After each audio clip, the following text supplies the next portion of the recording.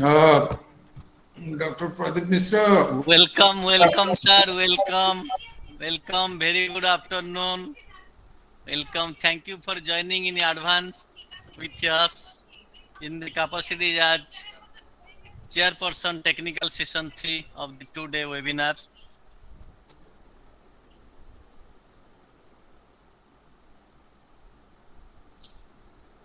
We will start the program, sir, sharp at 2:30 p.m. No problem. Sir.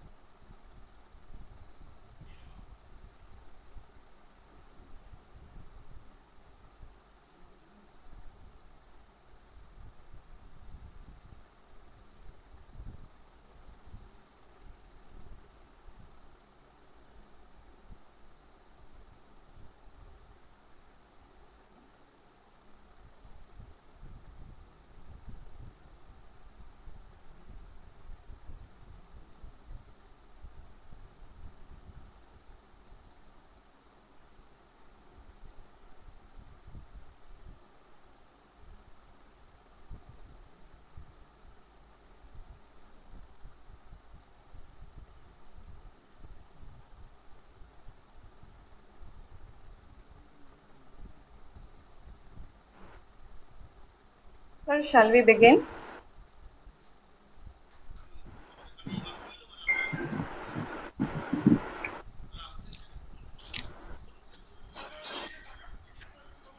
ठीक है মৃণাল বাবু আপনি ওই রুমে বসে আনতে এসি আছে ভালো আছেন তো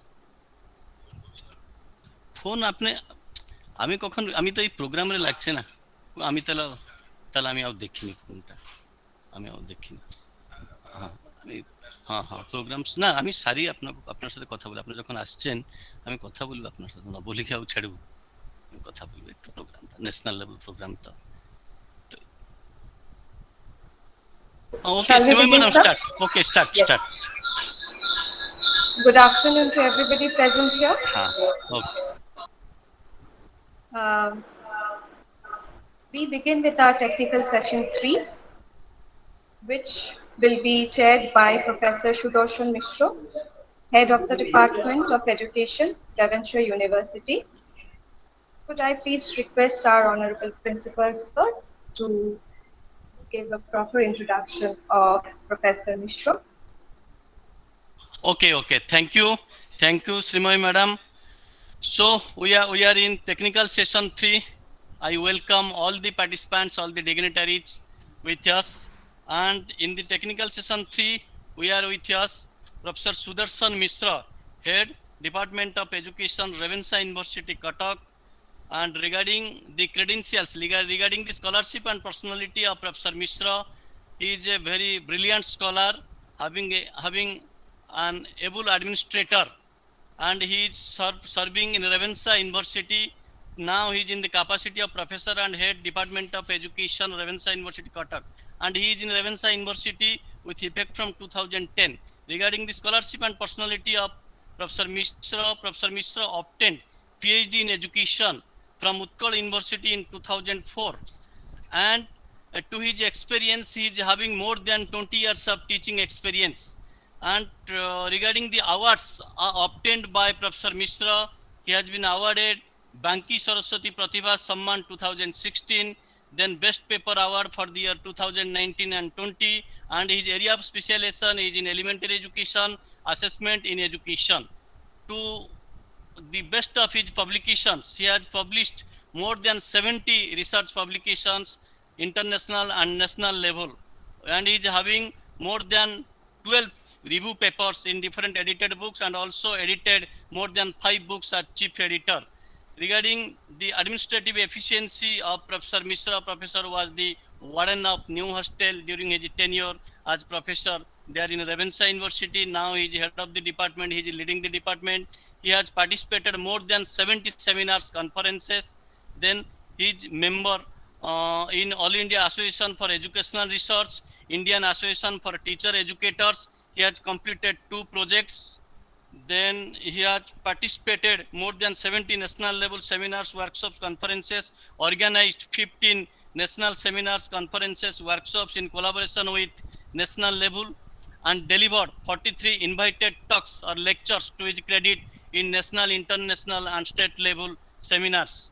Then to his capacity, now he is along with the head of the department. Previously he was controller of examination of Ravenshaw University, Cuttack. During his controllership, he has done the commendable efforts, particularly during the COVID-19 pandemic period. He has managed all the examinations very smoothly and scientifically. Then in addition to that, he is the member Board of Studies Education, Utkal University. He is also member SRC in Education, Ramadevi Women's University, also member SRC in Fakirmon University, Baleshwar, also member SRC in Fakirmon University, Baleshwar.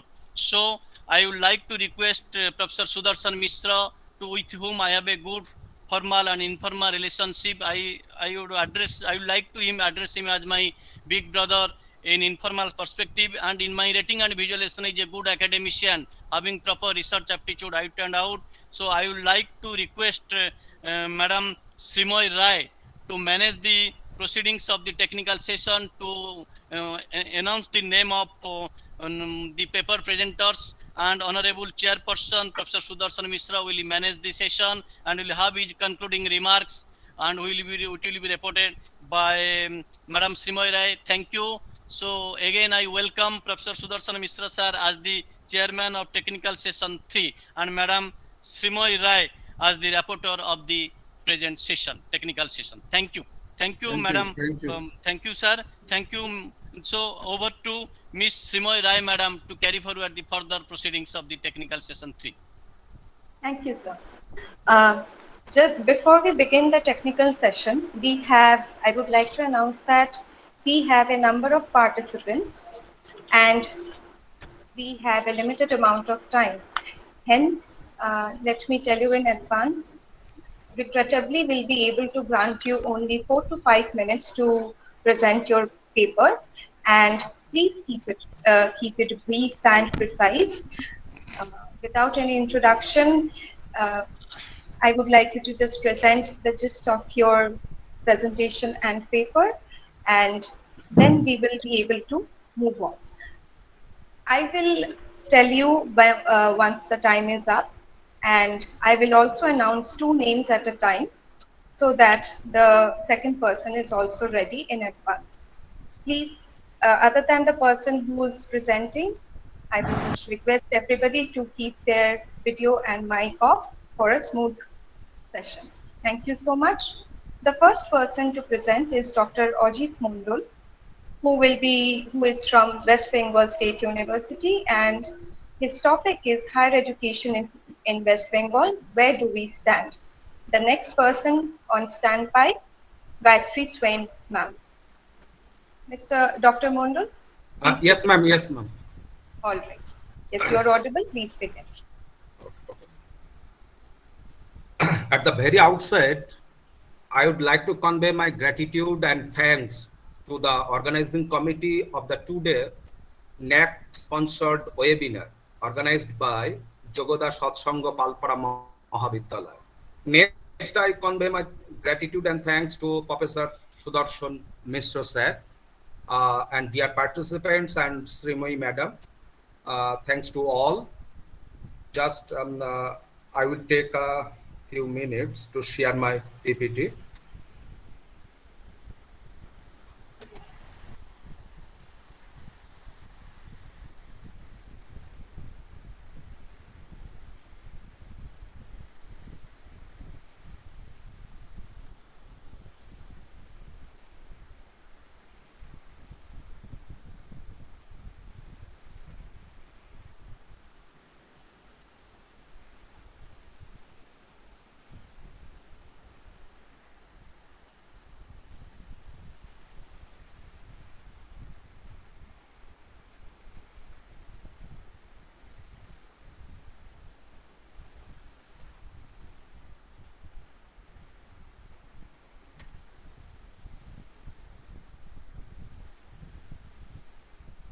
Ma'am, is it visible?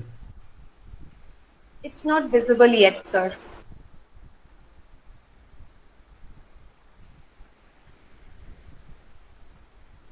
Yes, it's visible now. Okay, okay, ma'am.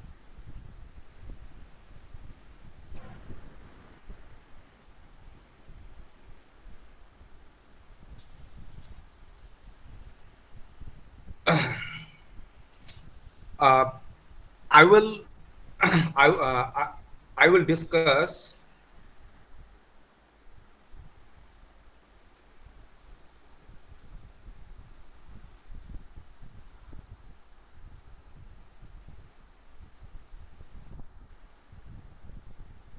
my topic is higher education in West Bengal. Where do we stand?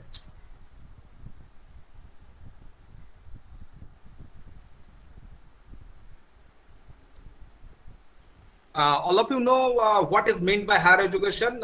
Due to shortage of time, I just skip the slide. But we should we should understand about the function and role of higher education. National Education Policy 1986, National Policy on Education, NPE, stated that higher education provides people with an opportunity to reflect on the critical social, economic, cultural, moral, and spiritual issues facing humanity. It contributes to national development through dissemination of specialized knowledge and skills. It is therefore a crucial factor for survival. National Education Policy 2020, this policy also highlights the main role of higher education. It significantly contributes towards the sustainable livelihoods and economic development of the nation.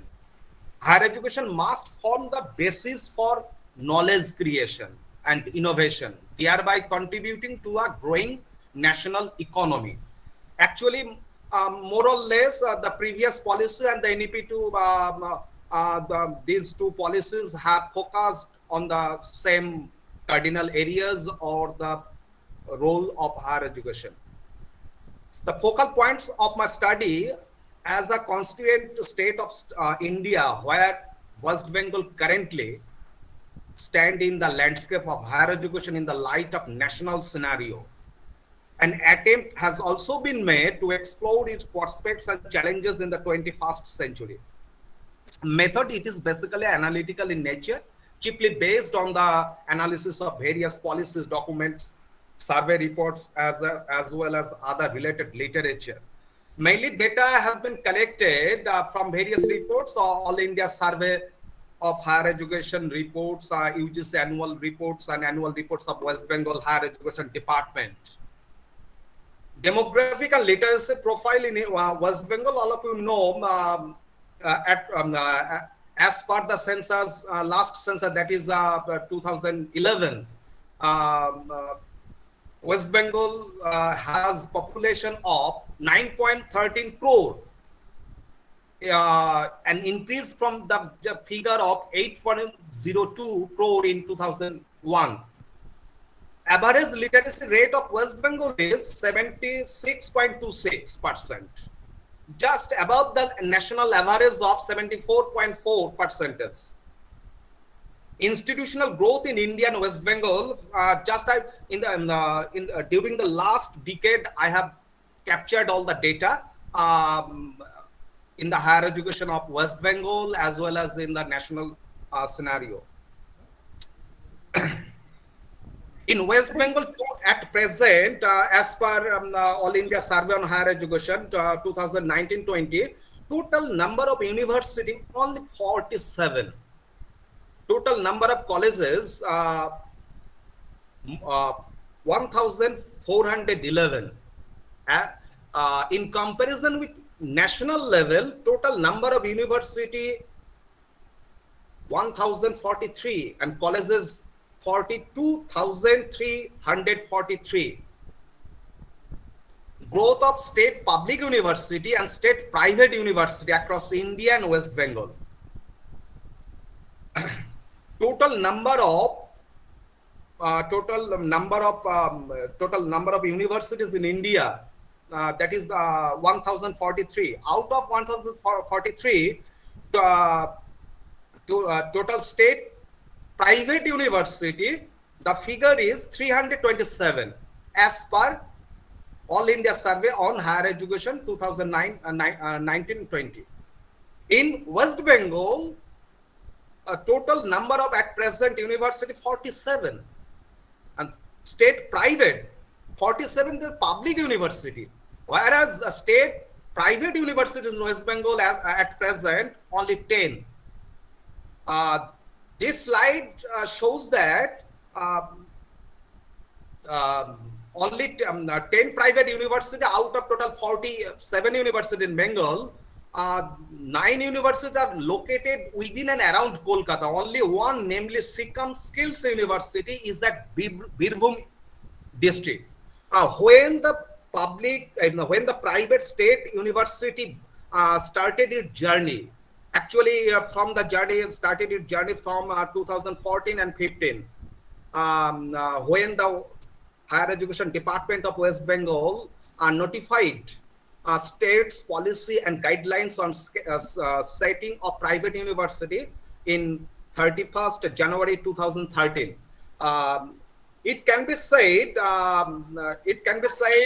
Sorry to interrupt you, sir, but you are way past your time. Could you please just analyze, give us a brief analysis of your statistics and wrap up, please? Trends in GR at present in India, all of you know, 27.10, whereas in West Bengal 19.90, little bit below the national figure.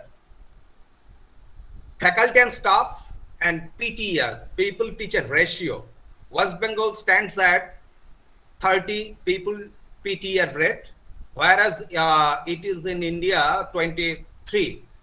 West Bengal is just above the national figure in this connection.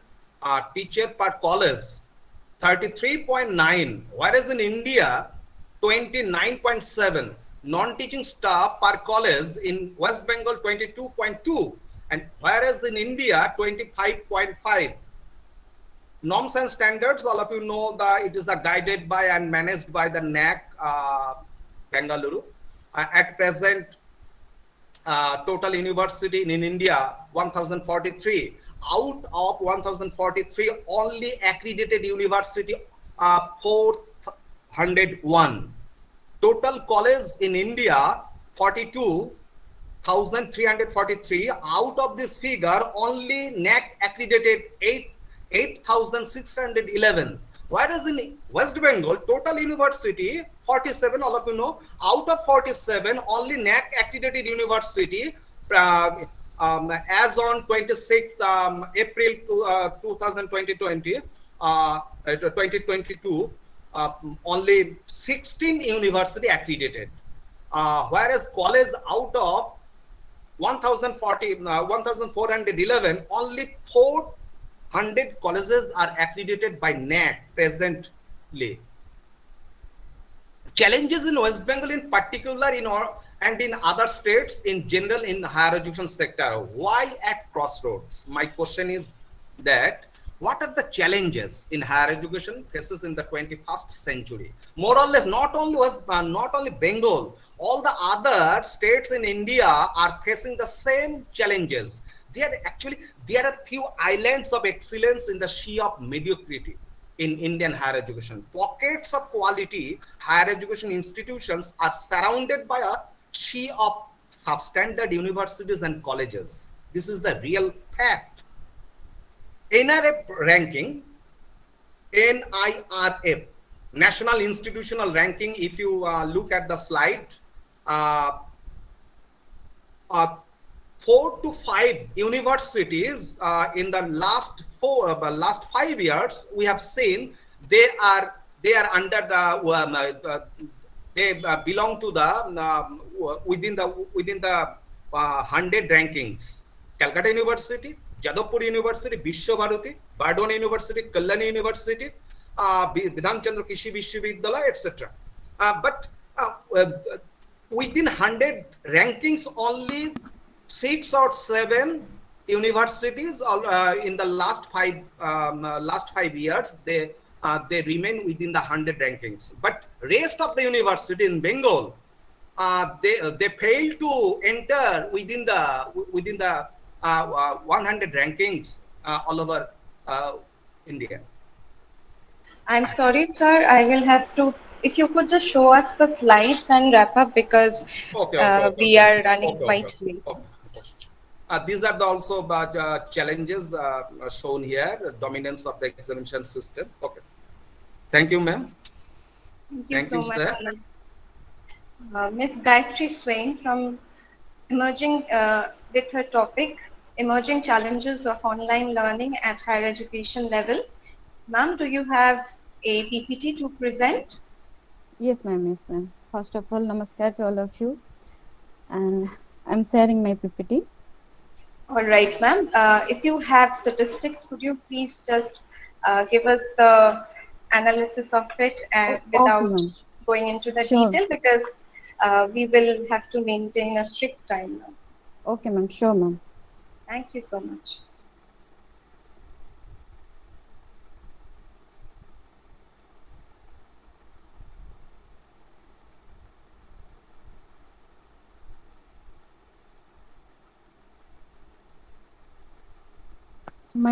As you all know, my topic is Emerging Challenges of Online Learning at Higher Education Level.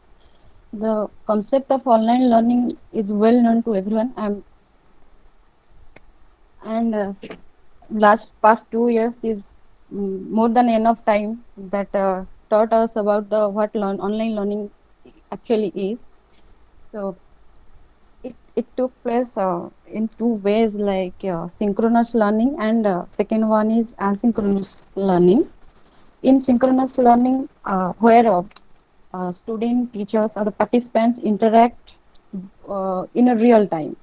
It means the communication process, including feedback, encoding message, decoding message, all these things happens in a same time.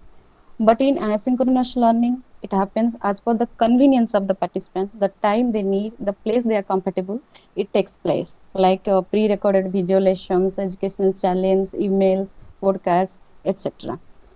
So, as we were neither prepared or equipped for the pandemic situation, so it was obvious to face some challenges to the overnight transformation from physical classroom to face-to-face classroom to online learning. So these are some challenges that we faced. First of all, it is the lack of technological knowledge. So like no one has prepared. It is not like online learning or this e-learning was not before, but it was not in a normal practice mode, or we are not used to that mode of learning. So sudden adaptations faced these major challenges, as the online learning was not used to, I just said. So there are so many teachers, students, have, they are not well equipped the technology, and they are not technologically sound. So it is obvious to uh, set a meeting on Zoom platform, to use Google Meet, all the video conferencing apps, Skype, etc. So the lack of technological knowledge was a major challenge in online learning. And the second, the inadequate IT resources. Without the electronic gadgets, devices, we can't imagine in the online learning. So IT experts, high quality internet connectivity, computers, smartphones, all the electronic devices are needed. And in India, like developing countries, not not everyone is able to afford all these things. So inadequate IT resources also a challenge for online learning.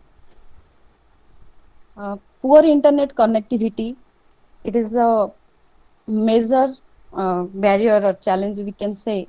Without internet, we can't make online learning successful. So a recent survey in Stanford University found 16% undergraduate students did not have access to internet, and 60% low income students did not have a private place to study. So if this is the situation of a resourceful university, so like Stanford, then we can imagine the situation of our developing countries, right? So then lack of interpersonal touch, no doubt. A humorous classroom lead a productive learning environment. The emotion, the happiness, the anger, the fight, the enjoyment that we need that. But in online learning, online mode of learning, we missing that classroom interaction. The real classroom interaction is missing here. So it heavily affect their social life as they cut off from their friends, teachers, seniors, juniors. And it is very difficult for special educational needs students. As we know, even normal classroom condition, it is difficult to cater their needs, very difficult to tackle and to make them learn. Then how could we assure their learning in online learning? So there are so many apps available for them, no doubt. But how many of us we know that what are the apps, what are the facilities are available for them? And the mental and physical health issue, constant sitting in front of the device results eye irritation, back pain. If if it is for the, if it will become the normal one, like every day they will sit in front of the device for 6 to 7 hours, 5 to 6 hours, then it will definitely result in their physical health. There is a concept, Zoom fatigue, developed among the students and obviously teachers, that the extended period of time sitting in front of the device and with enlarging screen time.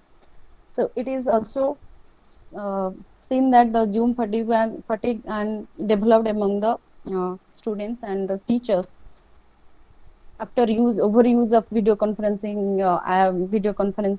for a long time. The last and the most important part, the assessment and feedback. Assessment is being integral part of learning. Then if we are not able to assess the students learning in a quality manner, then we can't reach our objectives.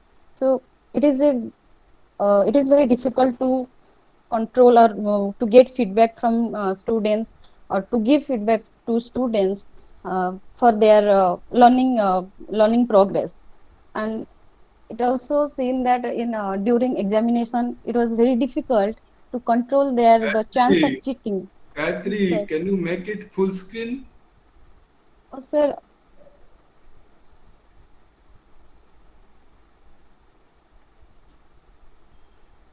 Okay, leave it. Oh, sorry, sir.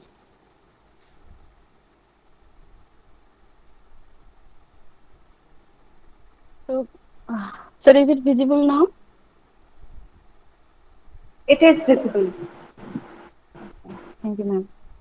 So, assessment and feedback is a major issue in online learning, and we can eradicate, and if we want to make online learning effective, we need to focus on three C's: that connectivity, content, and capacity. Connectivity includes the students will access to device, free access to educational platforms, and we must make provision to reach each and every student, so that the connectivity and the these challenges or barriers can be reduced. Then content, we this present situation is a lesson for future, for us to equip for the future situation.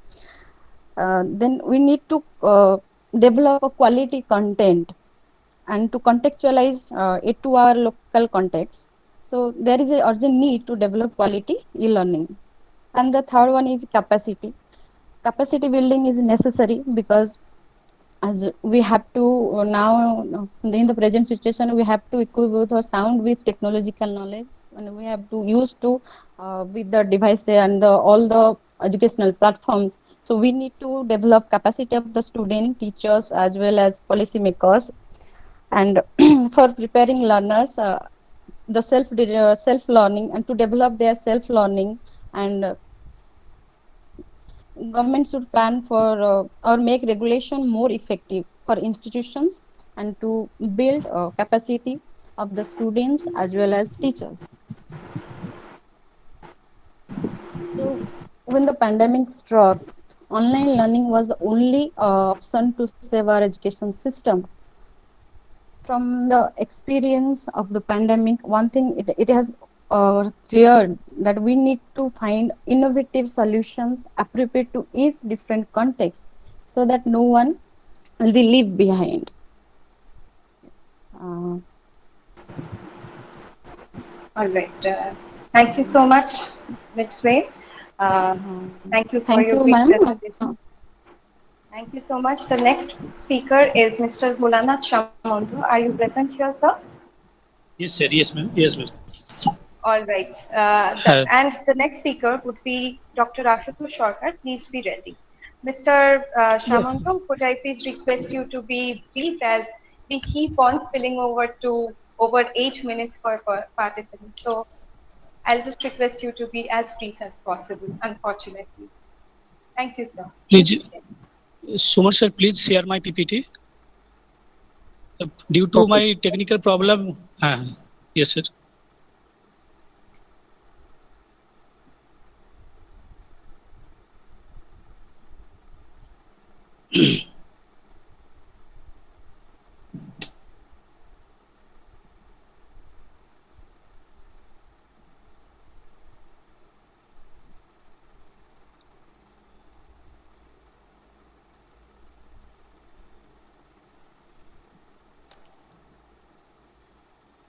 Yes.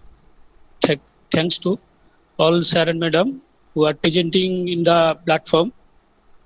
Basically, I would like to convey my sincere gratitude and respect to Principal Sir, Professor Dr. Pudipta Kumar Mishra, and Honorable Chairperson of the technical session today, Professor Sudarshan Mishra, head of the education department, Ravenshaw University, and another sir and madam who cooperate with me.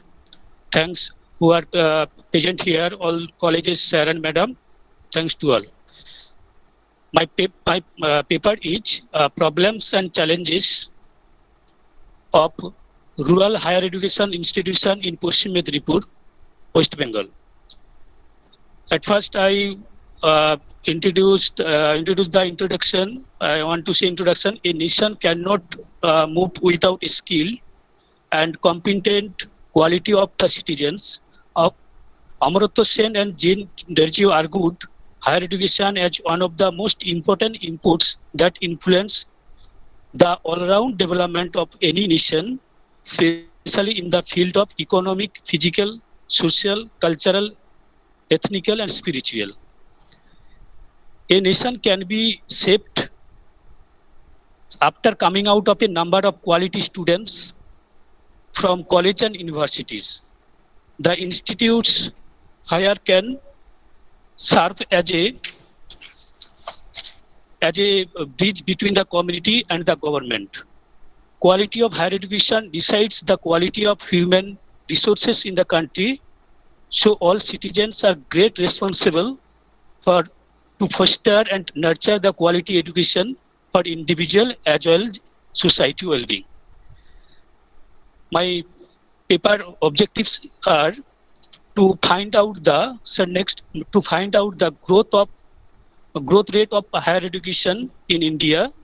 Next, to find out the challenges and problems of rural higher education institute in the study area of Medinipur district. Third number is to find out the possible remedies of higher education in rural areas. I have accepted methodology and for data collection. The data collection is collected from the various research article. Basically, secondary data is collected research article, research papers, journals, and government, central government and state government website, different educational institutions. Definition of the terms used. Basically, I have three terms, which is the pillar of the body of my topic. Educational institutions. Educational institution means is a place where people of different ages gain an education, including primary, secondary, higher secondary, college, university. They provide a large variety of learning environment of a learning spaces. Second, higher Mr. education. Bholanath, Yes. please Yes, sir, yes. skip these slides. Come to Yes. what you want to say. Actually, you come to that point. What is the Yes, focus sir. of your study? Don't waste your time in introducing Yes, and yes. providing the operational definitions. Yes, sir. Study area, please. Study area. About the study area.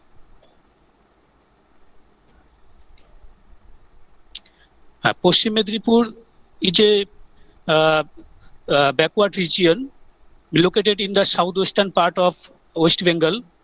There are 3 subdivisions and 21 blocks. Total population of the district is 62 lakhs 97,253. Male and female. Male population is 3 lakhs 7,885 and female male 29 lakhs 5,572 respectively. Literacy rate is 78%, and there are many religious people are lived, and basically not economically prosperity district of the study area. Agriculture activities is the main source of income, and multi-religious peoples are lived in this district. And educational institution in the Paschim Medinipur, there are primary schools 4,281, higher secondary school 305, affiliated college under VU 66, B.Ed colleges 42 under WBUTTPA, and DLED college under WBPPE 53, ITI college 20, Polytechnic college 9, Nursing and GNM colleges 10, Art college 1, Medical colleges 2, University 1, IIT 1. And in this district, there are so many problems are facing the higher education institution. I have listed here. First of all is political interference. Most of the institutions are owned by the political local leaders who are playing key role in the governing body of the university and colleges. A case was happened in the Sabang College, Sabang Sajinikant Mahavidyalaya, on 7th August 2015.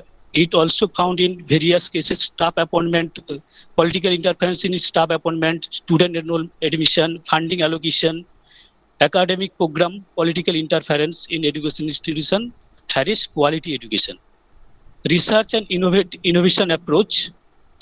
There is inadequate focus on research in most of the colleges due to lack of resources and facilities to do research work and innovative-based activities.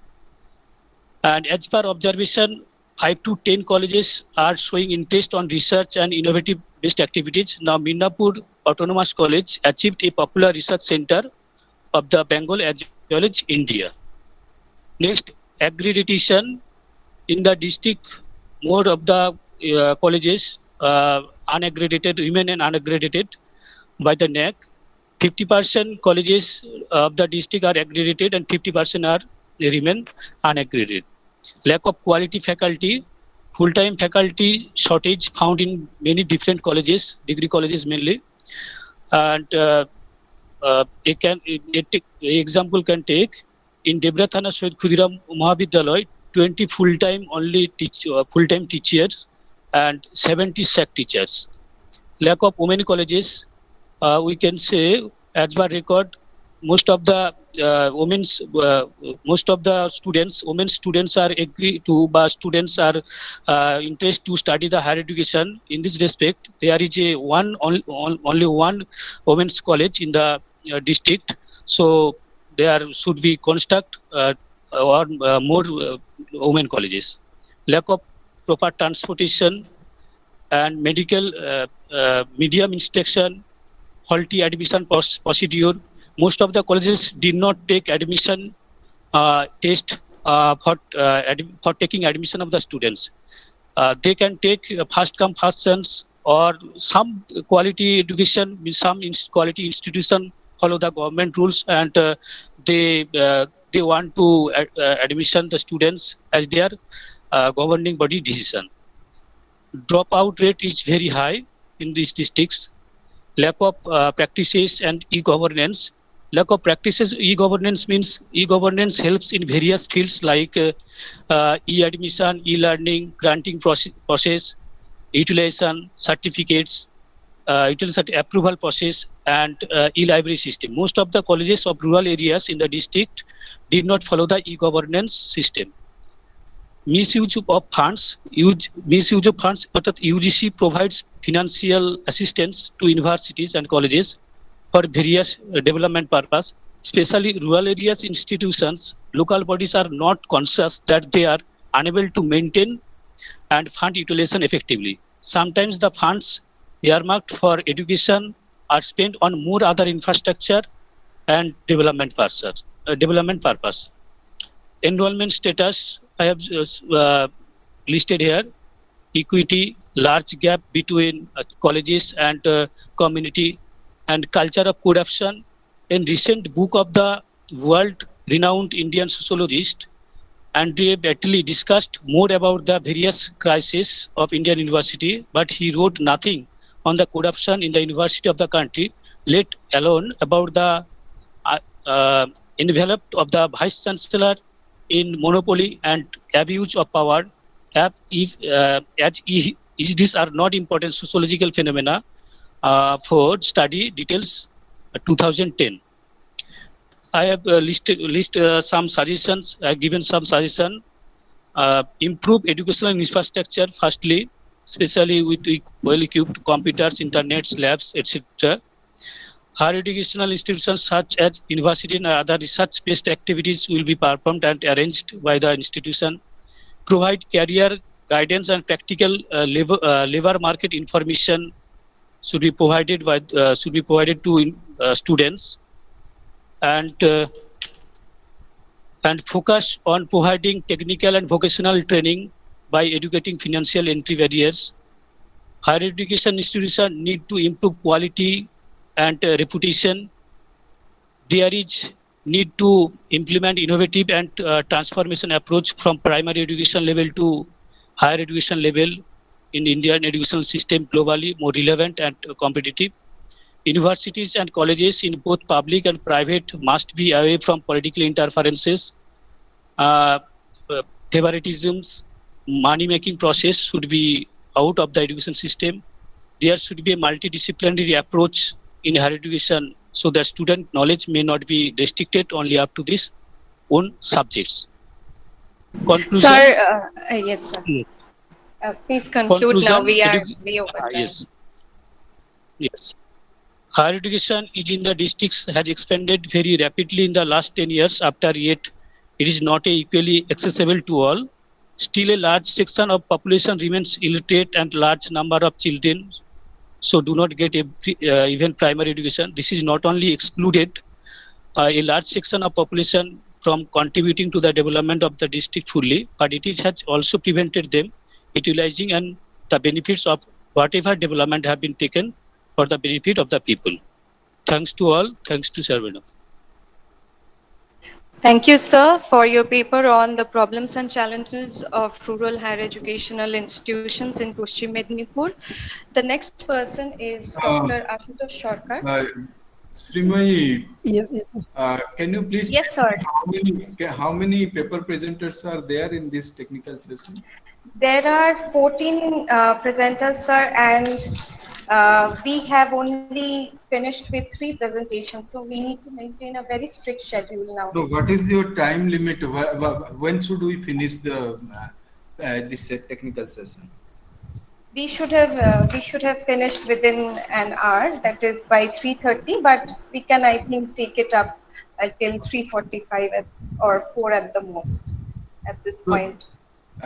Your paper presenters must know this, that Yes, there are sir. 11 presenters are there and we have time limit. We have only half an hour left with, so accordingly they should give their presentation. And my Yes. request is, don't give a formal thank or greeting to the organizer or the chairman. Don't waste your time. All the paper presenters, I request not to waste your time in formal greetings and giving thanks. Secondly, don't give a long introduction about your topic. Come to what is your suggestion. Maybe in 3-4 minutes you give the critical points in your presentation and your suggestions, not to waste time in giving facts which paper presenters can get it from various literature. So this is my request. So limit your time, give time to paper presenters also. Thank you. Thank you, Dr. Mishra, for your advice. Exactly what I wanted to say. Dr. Ashutosh Sarkar from Pashkura Bonamali College will be presenting on digitalization on teaching learning system during COVID-19 pandemic, a case study on Pashkura Bonamali College in West Bengal. Sir, please begin. Thank you, ma'am. Ma'am, my slide is visible? Yes, sir, it is visible. Okay, thank you. Respected chairpersons, Professor Mishra, and the organizers, teachers, and my friends, thank you. Now I am going to present my paper, The Digitalization on Teaching Learning System During COVID-19 Pandemic, a case study case study on Pashkura Bonamali College in West Bengal. Actually, I am trying to point out the main picture during the time of pandemic situation of a rural college. Pashkura Bonamali College is a rural college of Purba Medinipur, under the University of Vidyasagar University. Now I'm going to discuss about the pandemic. Before the COVID-19, we have know the various tribal epidemic were affected in this district, Medinipur. 1870s, around 250,000 people died by terrible epidemic of Bardhaman fever. And in Bardhaman, 1870s, around 750,000 people died. In Hooghly, 650,000 people died by the Bardhaman fever. The dangerous epidemic were during the 19th century of the Bengal, and other Nodia fever is another etc. Now I am going to the time during. It is a challenge. It was a challenge during the pandemic situation. The people of rural college students and teachers are first time were forced to take the digitalization, mainly in teaching learning. They were traditionally habit in chalk and talk, and sometimes PPT and smart classroom also available. During the time they were forced to use the digitalization of method. I want to point out the Paskura Bonamali College, a rural college, where 4,668 running students were during the pandemic situation. And going to now I'm going to object the panic and death by COVID-19 made a doubt where we are alive or not. Then we thought about the education. It is a very crucial situation to digitalization, and it is so many advantages and disadvantages are there, and people are forced to climb on the tree for the network, and students suffering quality of education, negligence on education, and so many others. And I tried to highlight my paper. Digitalization on administration and like admission, payment, marksheet download, etc. This college, Pasura College, has as a autonomous college, it has student portal before the COVID-19, and the various type of works like admission, fees payment, and marksheet download, all were done through the portal. And to solve their students' problems, the college opened a email ID. The student mail through the email ID and solve the problem. This system was a pure and fair, I think.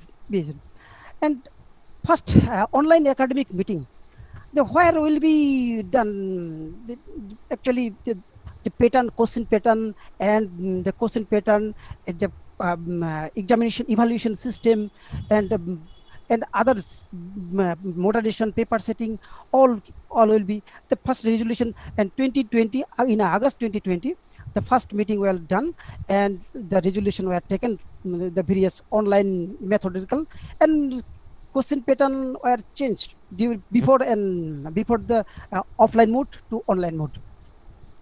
And first student and teacher are tried to online classes, how to confront. First conference calls classes started in 2nd April time, first week of April. 23rd March 2020, the lockdown started in West Bengal, and students started first time the conference call, but it is problematic. Then study material how to be sent. First time started it is through the mail. Study material will be sent, but it also be problematic.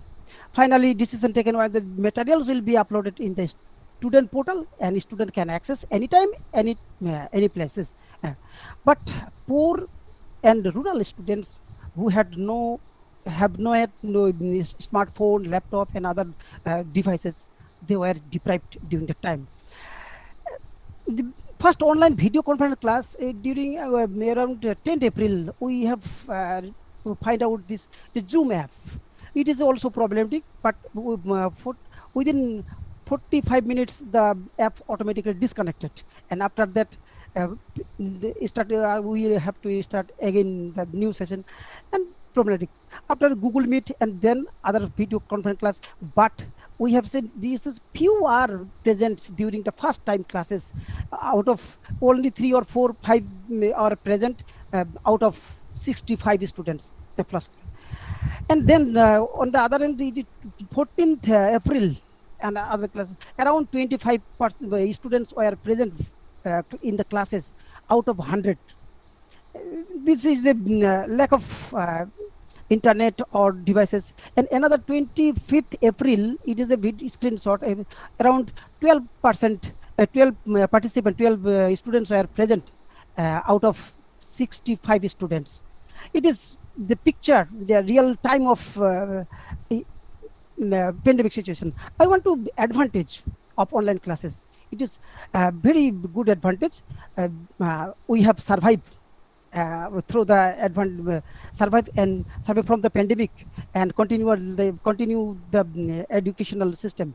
And distant places no matter, easy to access, and questionnaire from Google Meet Google Form is easy to take the test.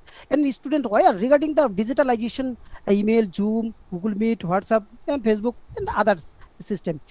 It is quick and comfortable, no travel to train, bus, and late, etc. Easy to share the materials, and so many other facilities are there. The online classes and digitalization, disadvantage of the digitalization. Mainly these rural colleges, it is a expensive digitalization and required good device, high-speed data package, and a strong network. But student teacher are suffered due to the rural area and lack of good device and network, money, package, etc. And lack of premises. They have no separate room. Students during the class, they were problem in noise, problem people and other members. Students are leaving the other members. Poor villages students have no their separate room. Less attention on the students during time. Many students they have no attention for classes, and mainly library use not possible digitally. If digital library is not still now, the rural colleges and universities are not uplifted their digital library. Examination not done by fairly. It is invites the copying to the students. Still now we are looking the various student movement regarding online, regarding the claim of online examination. We are looking Calcutta University, other university also. Now I am going to conclude. My digitalization is very good, but we have to avoid, and it is very essential for the in the recent times. But we have to careful regarding the evaluation and other misuse of digitalization. Thank you. Thank you, Dr. Sharkar, for your brief presentation. I would like to invite Moshumi Dhol and Shoritarani Mahanti. Are you here, ma'am? Yes, ma'am. Do you yes, ma'am. Please? All right. Yes, please begin. Yes, thank you, ma'am. Yes, ma'am. Thank you, ma'am. Do you have a presentation, PPT? All right. Yes, ma'am. Ma'am, is it visible? Ma'am, is it visible? Yes. It is visible. It is visible. Yes, ma'am. Thank you. I would like you to just keep in mind that if you have any factual or data-based studies, please just state the analysis so that it is easier for you to conclude within the stipulated time of 5 minutes. Yes, ma'am. Yes, ma'am. Okay, ma'am. Thank you, sir. Thank you, ma'am. Thank you. So my topic is digital sustainability education in higher education during COVID-19, resources and challenges. So the COVID-19 pandemic has a thought-provoking impact on the Sustainable Development Goals that were approved by the United Nations in 2015. Out of these goals, the fourth goal of the SDGs has been formulated to address the global level of education in terms of quality education.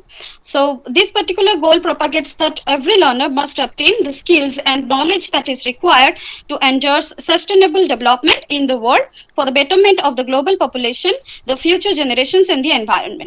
However, the advent of COVID-19 has affected the education sector of the entire world, primarily due to the closure of educational institutions. As a result, policymakers adopted to the new normal as rapidly as they could, especially in the global educational sector. As of the current scenario as well, most of the educational institutions worldwide have adapted to the e-learning system so as to continue the process of teaching and learning. DSE is proposed as a suitable, DSE, that is Digital Sustainability Education, is proposed as a suitable means for teaching transformative knowledge about sustainability, nexus challenge, and SDG dynamics. It involves a broad interdisciplinary perspective and academic teaching on sustainability benefits from collaboration among scientific disciplines and at universities or between them. The internationalization of study programs contributed to the expansion of knowledge about sustainability and led to better, though still not satisfactory, integration of students from developing countries in these programs. So digital learning and ESD, that is Education for Sustainable Development. So digital sustainability education is a part of ESD and as such a way of achieving transformative sustainability learning outcomes aiming at development of sustainability competencies. Universities and higher education institutions around the world increasingly regard information technologies and online learning systems as critical means to keep pace with the needs, desires, and requirements of the students.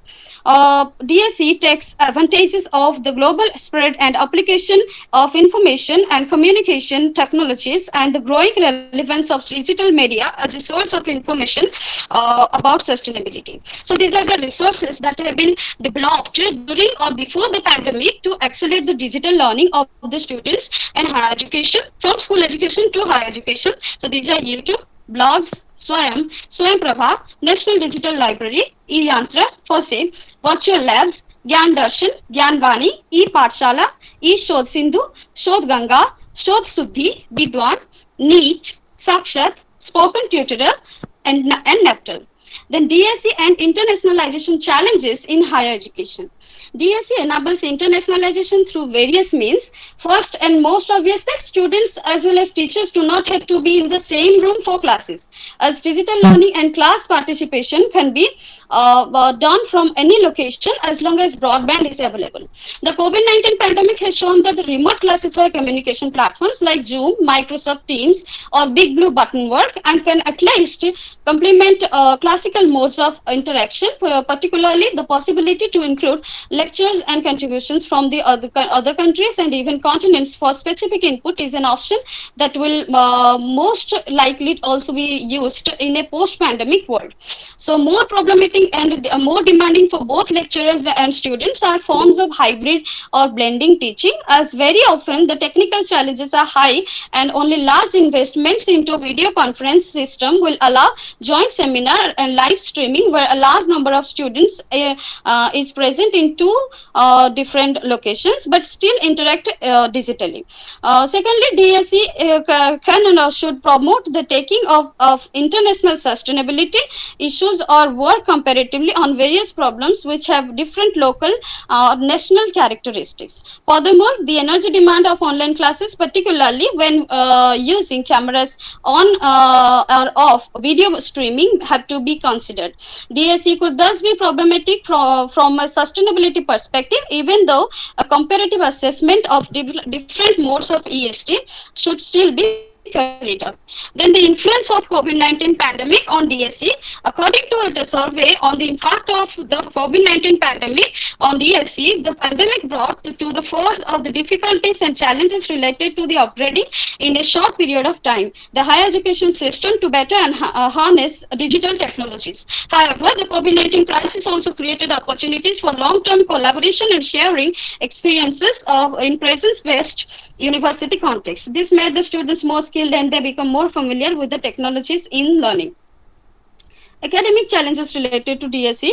After the outbreak of the COVID-19 pandemic, many lecturers were suddenly confronted with the task to shift their course in virtual formats, such enforced change to digital teaching and numerous difficulties and new teaching challenges. According to a survey among 238 individuals from 147 universities in 47 countries on the impact of a COVID-19 crisis on sustainable development teaching, lecturers reported a significant increase in the teaching workload and difficulties in digital teaching, such as assessing students' engagement, different performances of students with different resources to work from home, that is internet connection or own computer at home, and time-consuming preparation of online classes. Lecturers are also concerned with regarding the effectiveness of the DSE teaching due to the lack of personal interaction and dialogue with students and subsequent reduction in motivation, lack of interaction with other lecturers, and lack of support from university administration. So digital teaching also creates new didactic challenges for lecturers. Students' decision of keeping the webcams off during the classes provides an illustrative example. An online survey among 407 students conducted between December 2020 and January 2021 identifies the reasons behind their choices, such as anxiety, fear of being exposed to shame or shyness, then because turning on the webcam is not mandatory, and because everyone keeping the webcam turned off during the online classes, or because they are not adequately equipped or prepared for online courses, because they wish to ensure the privacy of their home and personal space, because other people may walk into the background, because they carry out other activities in parallel, and finally because they value their comfort and convenience. A solution to the students' anxiety, fear, being exposed, and shame could be to recreate a classroom atmosphere similar to the classroom in classical education. Though through active interaction, students would no longer have the opportunity to perform other activities in parallel with online classes, such as completing projects for other subjects, or eat or drinking coffee, or clean, or to use mobile phone for various applications and games. I conclude that pandemic situation may bring a lot of challenges and difficulties, but it also can be denied that this made us more skilled and introduced to innovative, creative, and better ways of doing things. From our educational standpoint, a number of resources have been initiated for the teaching learning in higher education during this time. All these helped in shaping and designing the educational blueprint for SDG 4. DSE organized transition from the existing narratives to a new normal characterized by learning, unlearning, and relearning. Thank you so much, ma'am.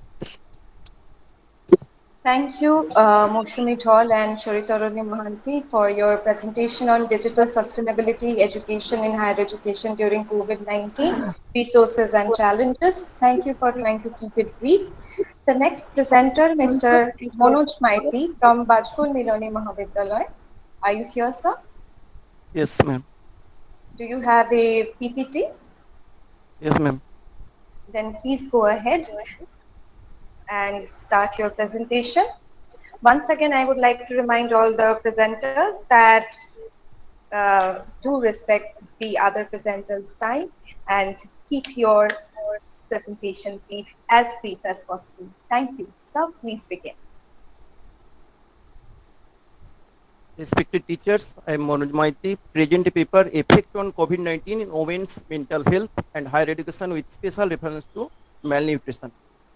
COVID-19, that is a virus, some microscopic infectious non-cellular agent that is composed by genetic material and a protein coat, and the coronavirus, that is spherical type virus, and the virus cause of pandemic in 2020, and disease cause of infection by SARS-CoV-2.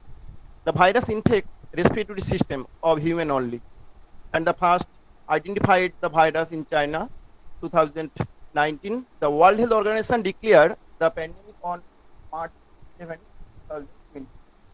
The prevention of rapid infection, the complete lockdown announced by PM Narendra Modi in India March 24, 2020. The infection spread by the nasal droplet of respiratory droplet. There is another case noted. The infection spread by airborne transmission. Sir, there's some Media, issues with your audio. Could you move to a place which has better connection? route and media and transmission symptoms of COVID-19. There is route of transmission is nasal cavity and media of transmission respiratory droplet and droplet nuclei. And there are two types category of symptoms. 1, 2 and 24 within days after exposure of the virus and emergency warning symptoms. There are two varieties in symptoms of COVID-19. Mr. Manoj, kindly concentrate on your topic. Don't give background so long. Don't give a background which is very long. You have 3 to 4 minutes per presentation. So accordingly, you give your presentation. Okay, sir. Thank you. Thank you. Vaccination with treatment of COVID-19 and vaccine that is fragmented or Your focus is on women's mental health. the mental health is our emotional, psychological, and social well-being. There are many factors influence the mental health, and these are biological factor, life experience, family history, mental health problem. That's are. And in activity of COVID-19, there is lockdown is maintained for prevent rapid spread of infection and death rate with affected rate in the human population. The pandemic situation, the workers which are engaged in different type of work or service in outside of the country, state or district come back to their self home. The gathered in the self home that also reduce the accommodation and amount of food stuff. On the other hand, housewife women who are involved in cooking or other housework, their workload is increased moderately and they may affect the mental health.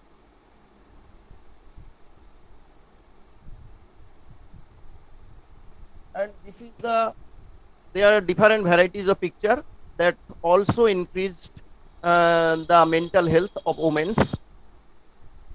And in pandemic situation, their higher education system is hampered and their alternative modern technology based online education is run, and the mental situation of the women with student teachers also hampered by online education due to different technological problem in the learning process. The picture shows the exercise, the different nutrient, and yoga also provides the immunity, and that also helpful for prevention of COVID-19 and also increase the immunity power of human being. And there is yoga and exercise and nutrition. Different nutrient also increase the immunity, and exercise, that is static or dynamic state, that provide the immunity, and yoga that is helpful in the pandemic situation, that is helpful for the increased immunity. The different component of food stuff that also increase the immunity power. There are different vitamin and minerals are mentioned, and their sources are mentioned in the slide. The mental condition are dependent with environmental of indoor or outdoor of the home and physical structure. The COVID-19, that cause of coronavirus, has only destructive effect in the education, economic, and social condition of human being. The women are more suffers with mental health due to excessive increase of the working level, but the immunity power is strong in the women, so they have less percentage of infection rate. There is require more study that result provides so many other causes about the women's mental health.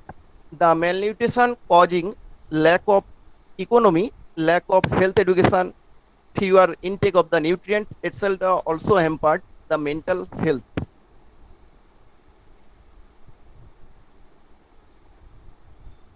Thank you.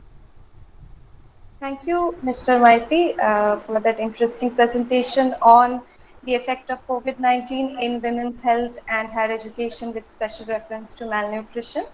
I would now like to invite Ms.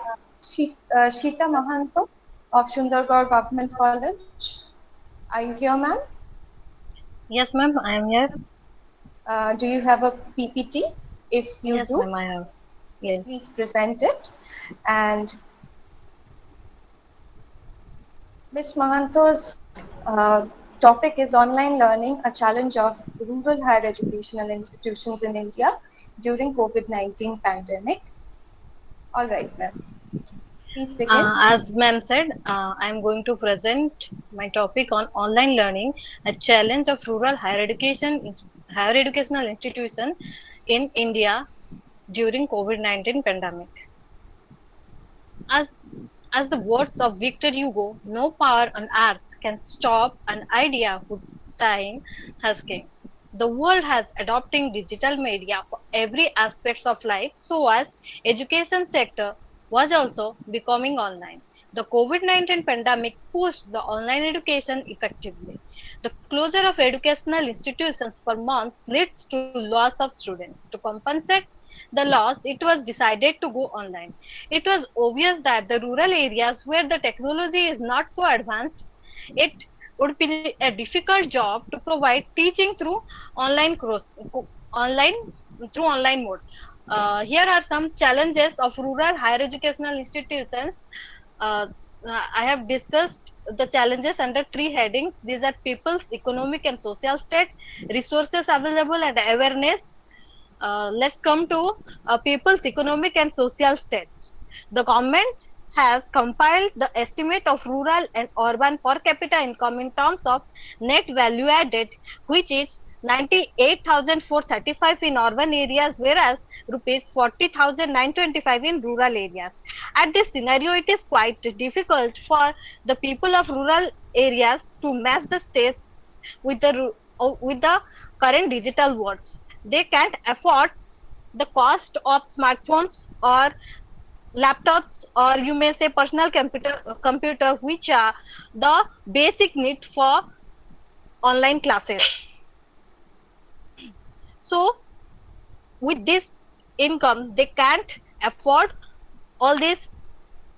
And the next one is low budget smartphone. If they go for a low budget smartphone that which cost around 8 to 10,000, there's also another problem that the it needs regular software update, which after some time what happened that phone got outdated and they have to purchase another one.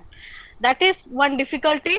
Then another difficulty that the time division of time to earn, or in agriculture, in what happened in rural India, most of them are dependent on agriculture. So they what happened, if they are in their home, they spend their time also in agriculture, or to earn some to earn something. Then let's discuss about the resources. In resources, I have discussed with two headings, that is electricity and connectivity. No, to run any electronic equipment, electricity is must. But if we see the electricity supply in rural areas, that is not regular as compared to the urban areas. Regular most of the time the power cut is there. And if we think about the solar power supply, that is also not available in all the areas. The next, connectivity. Low strength network is another problem for rural higher educational institutions to conduct online classes. The cell towers in rural areas are very less in number, so although they have connectivity, but they are not that strong. Their internet connection is poor in rural areas as compared to the urban areas. Also, the market per capita income of the telecommunication is much less than that of the urban areas. So the telecom companies also do not give priorities to the rural areas. Then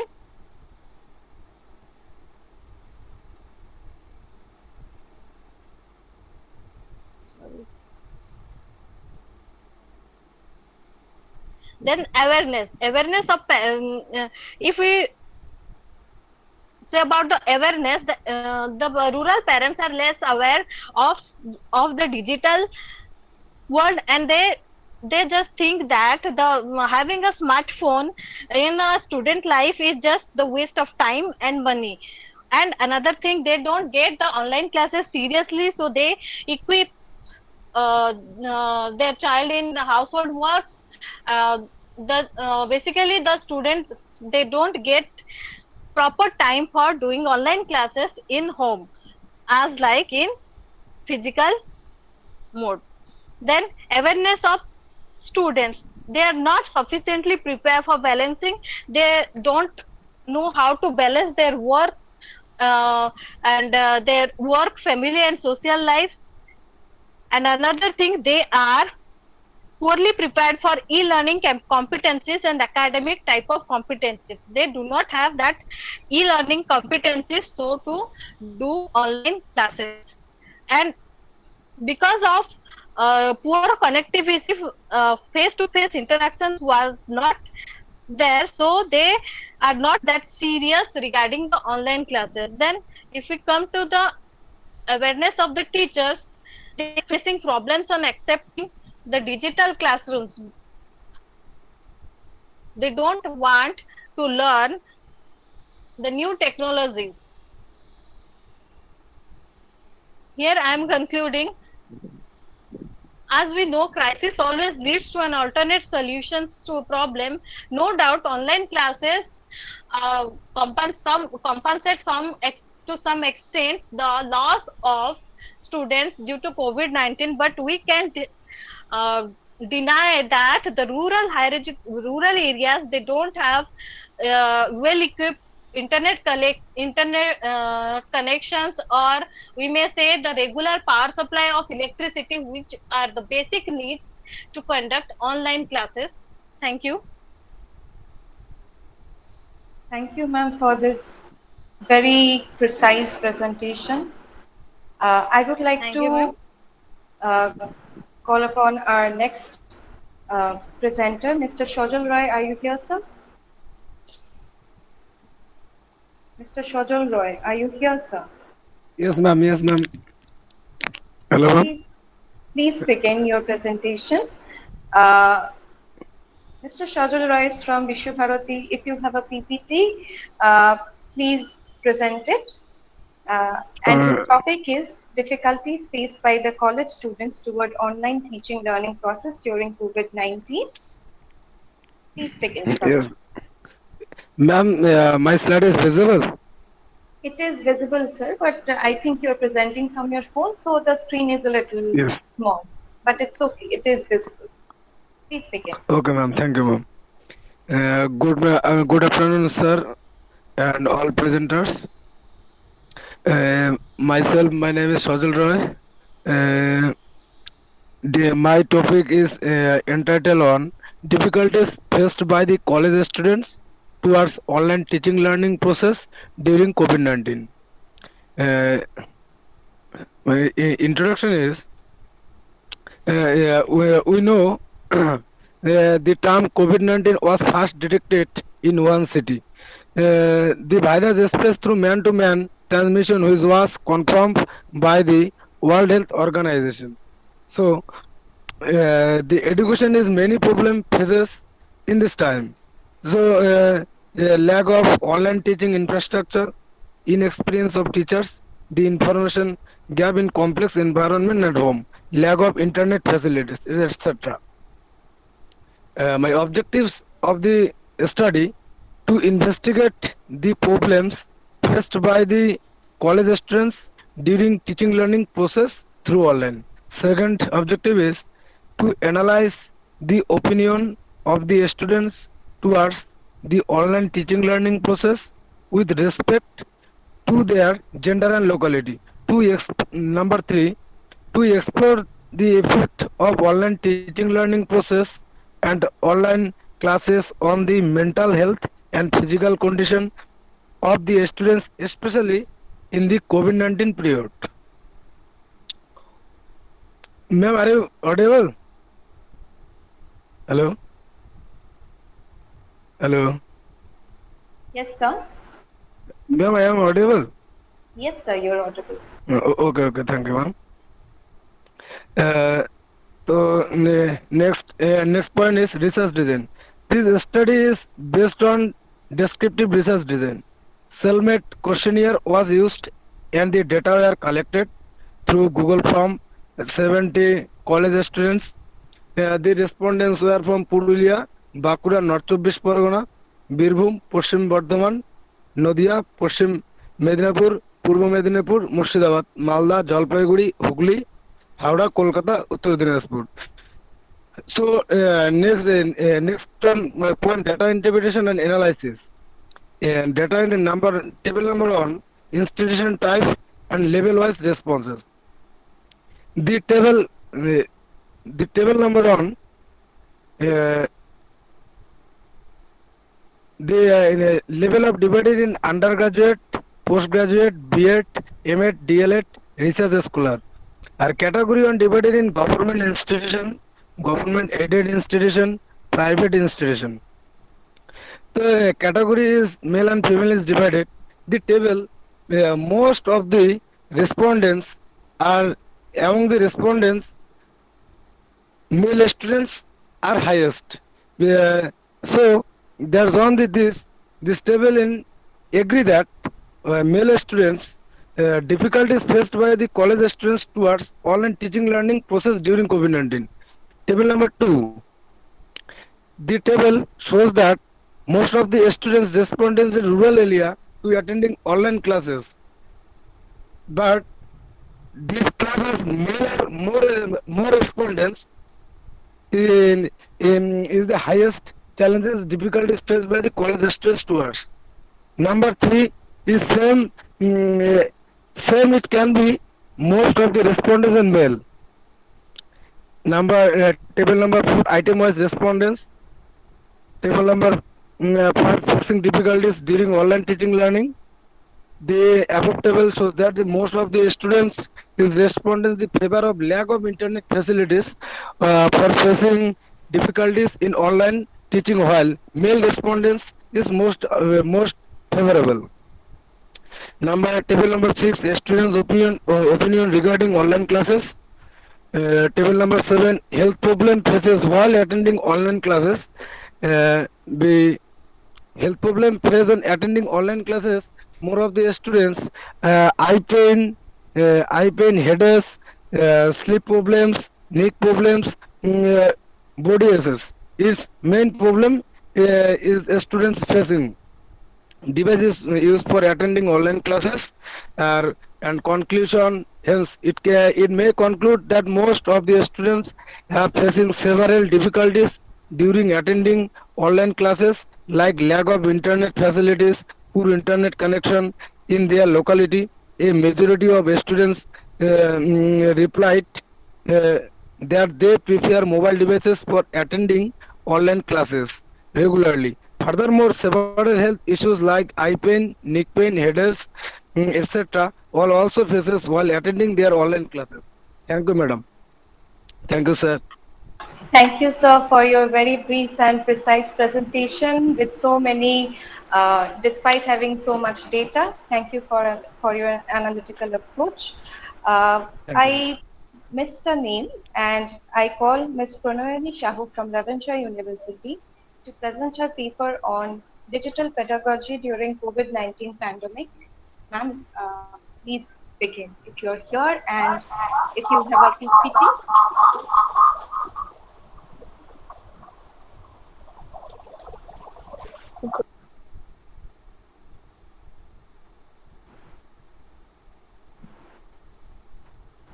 Ma'am, do you have a PPT to present? Yes, ma'am. All right, then please begin. Ma'am, is my PPT is visible? It's not visible yet, ma'am.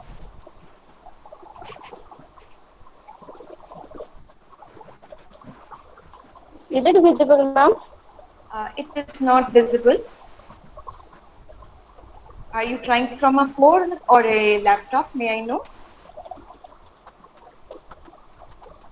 Yes, ma'am. Yes, ma'am. All right. Now it is visible, yes. I'll just ask the next presenter, Chiroti. No, ma'am, I am here. Sorry, ma'am, I am here. Yes. Is it visible, ma'am?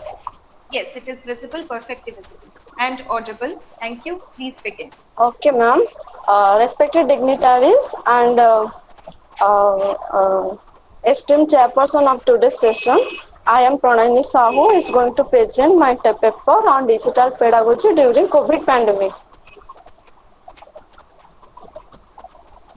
So, in recent decades, India has made significant progress on access to education and enrollment rates in different level of education. The quality of learning is major issues that there are many factors which contribute poor quality of education in our country, such as lack of learning environment, competence of the teacher, inappropriate pedagogy, lack of teaching materials, and to tackle these types of academic harms, many innovative pedagogical techniques have been merged to improve the quality of education. So online class is being used as a substitute of face-to-face classes for providing education during COVID-19 pandemic situation all over the India. Thus, digital pedagogy was used as a contingency plan to achieve teaching and learning during the COVID pandemic. So before discussing digital pedagogy, there are some limitations that digital pedagogy supplements it. It is one flow of information. It means in traditional method, teacher is the sole responsible for the students' learning, and teacher acts as the sole source of information. And it is mostly emphasized on lectures, notes, and textbooks. That teacher prepare their notes on the basis of textual information and just deliver its content. And it is mostly theoretical. That is one of the most limitation of the traditional method of teaching. That it is no scope for practical experience to students. Students can experience practical things like by showing different geographical locations in a traditional classes and different systems like your digestive or reciprocal system, etc. And the teacher, students as passive learner. In traditional method of teaching, students may act as a passive learner. That is, there is no scope for active participation, and they are not getting such type of opportunity to share their ideas, thoughts, and their views. And also, students are the process of traditional method is less interesting. That's why students act as passive. They are not mixing up with the teaching method in traditional, and learning from memorization but not understanding. And basically, traditional teaching method mostly focus on memorization of factual information rather than understanding the concepts. So this is digital pedagogy that is shifted from traditional to smart classroom. That is, digital pedagogy is the use of contemporary digital technologies in teaching and learning process. And digital pedagogy has roots in the theory of constructivism. Means it helps the learner to construct their own knowledge by proper classroom environment and creating self-motivation to learn. And broadly defined, digital pedagogy is the use of electronic elements to enhance the teaching and learning process. So these are the different types of digital pedagogies that used in during pandemic, COVID-19 pandemic. These are e-learning, online forum, flipped classroom, social media, webinar and workshop, blended learning. So this is e-learning as digital pedagogy. E-learning is a digital platform using web browsers as an interface method to communicate with learners, and it is considered an innovative method that utilizes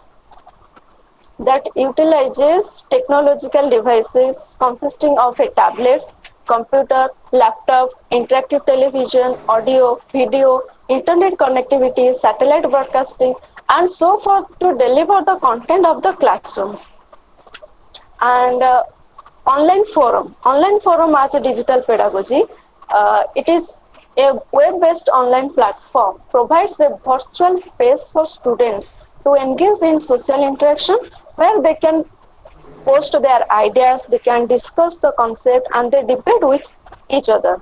And online discussion forum are widely considered as an example of new technologies being used in a blended educational environment to supplement traditional and face-to-face teaching method. So this is another digital pedagogy that is used is flipped classroom. Flipped classroom is one where students are introduced the content at home and discuss about it in at school. Before starting the content in school, the students are given the materials in types of video, in types of pre-recorded classes, in types of PDF materials, and after taking this, then they can come to school, and in school they will discuss about it. And this is the approach. In this approach, face-to-face interaction is mixed with independent traditional pedagogy. And another most important pedagogy is social media. Yes, we know that there is so much use of social media, and in also higher education, no one is left behind. So social media act as a most eminent platform for the pedagogy. So social media are becoming the most important tools for interacting among people, where everybody can share, exchange, comment, discuss, create information and knowledge in a collaborative way. Social media encourages students to communicate, collaborate, participate, and create in-depth learning through interactions. And webinar and online workshop. A webinar that we are now participating in the such type of webinar. The webinar is an online presentation or workshop that allows one or more speakers to share multimedia content with audience that reduce geographical barriers. Then blended learning. That we all know, blended learning is an innovative concept that embraces the advantages of both traditional teaching and in the classroom, and ICT supported learning included both offline learning and online learning. It has scope for collaborative learning, constructive learning, and computer assisted instructions. So in the era of technology, the world is moving towards digitalization. Education as the necessity of human life should not be apart from the world of virtual reality and digital technology. The COVID-19 pandemic has accelerated the sphere of education towards digitalization. So that is known as digital pedagogy. Development in technology has made innovative pedagogical techniques include that we discussed e-learning, blended learning, social networking in the field of education to improve the quality of education. These pedagogical techniques have been practiced in the educational institution to foster learning among the students during such a critical pandemic situation when physical classes was not possible. So thus, from the above discussion, we can say that digital pedagogy, digital and pedagogical practices acted as a blessing that lightened the process of teaching and learning. Thank you. These are my references, and thank you. Thank you, Ms. Pranayani Shahu, for your presentation. The next presenter is Khiroti Tanaya Shahu. Are you here, ma'am? Yes, ma'am. Khiroti Tanaya Shahu, do you have a PPT? Yes, ma'am. Please present it. Ms. Khiroti Tanaya Shahu is from Sambalpur University, and she will be presenting on the effect of pandemic on higher education institutions of Keonjhar district. Ma'am, is my is visible? Khiroti, your PPT is not visible. I'd like to ask the next presenter to be ready right after Khiroti. Ms. Mamata Kaur. Yes, it is visible now. Is it visible, ma'am? Yes, it is visible. Please Thank begin. you, ma'am. Thank you, ma'am. Good afternoon to all. My topic is effect of pandemic on higher education institution of Keonjhar district, Odisha. Let's discuss about this topic. We all are known about this COVID-19 pandemic because it affect in our life in every child from starting to primary to high level or higher institution. Everyone is affected by this pandemic. Everyone in from primary to higher, this pandemic affect. Mostly, my topic is on higher education. That's why let's discuss about what are the effects, and let's discuss the operational key terms. One is COVID-19 pandemic, next lockdown, online learning, and higher education institution. There are mainly two objectives. One is impact of COVID-19 on higher education institution, and another one is eliminate various emerging approaches for higher education institutions. This topic, this study is delimited in Keonjhar district. Three colleges. One is Autonomous College, DD College or Keonjhar, and another is Government Women's College Keonjhar, and third one is Anchalik Mahavidyalaya Sompatna. Next, in this study, there are used interview method. Through this method, the researcher collect the data about this topic, and next, there are the impact of COVID-19 on higher education institution. There are some key points that in this COVID-19 pandemic, we know that all the teaching learning process are hampered. They cannot go in a smoothly manner. And we know that the Keonjhar district is a mostly rural area, and the people are come from low socioeconomic status. They cannot afford the technological aids like mobiles, laptop, desktop, like that. And there are in their area there are a poor internet problem, or the network cannot be in a proper way. And just we discussed, they cannot afford a mobile or technological device. And also some students cannot access the mobiles or the uses, how to open the Zoom, how to make the PDF, like this type of such type of next, due to the COVID-19 pandemic, mostly the third year students or the UG students are affected, because they cannot complete their last examination in a proper time. That's why they cannot get interview in another or other areas. The class are suspended, and examinations are too late, and some examinations are postponed, and some examinations are the date of examinations are declared. Next, they declared then there is no examination, like that. So that's why those students have faces some psychological disorder or psychological problems. And the admission process, the first year admission process are delays. That's why the academic session are delayed accordingly. And some of the most requirements or the jobs are the students cannot face the examination in a smooth manner. And another is placement of the students may also affected with some companies like TCS or other types of companies. And examinations, what we discussed, there are some examination are online mode. The students are mostly, we know all are know about the students are cheating in their examination. And that's why the students are copying their notes and make it PDF and send to the teachers. And some unemployment rates are expected to be increased due to this pandemic. And there is through the e-based teaching, there is no face-to-face teaching. There is no face-to-face teaching.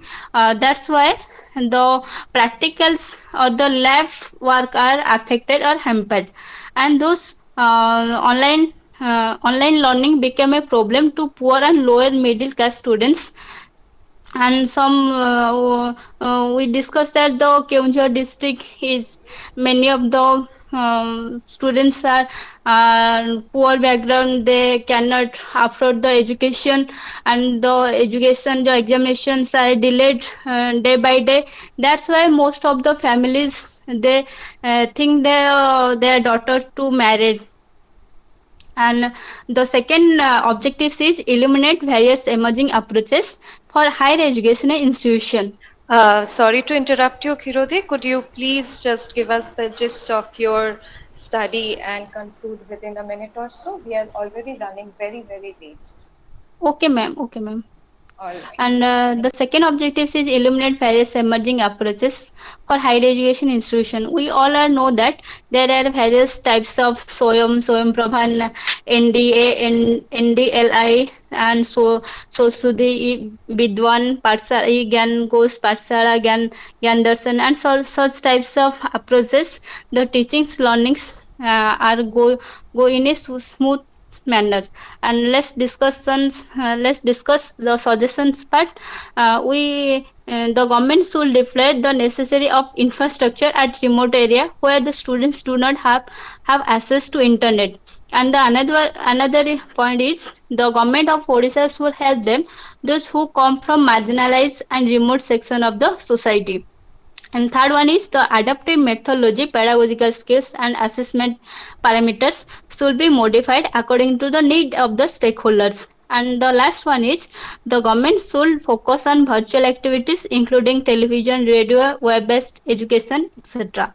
And the conclusion part, we discussed the teaching learning process stopped due to lockdown.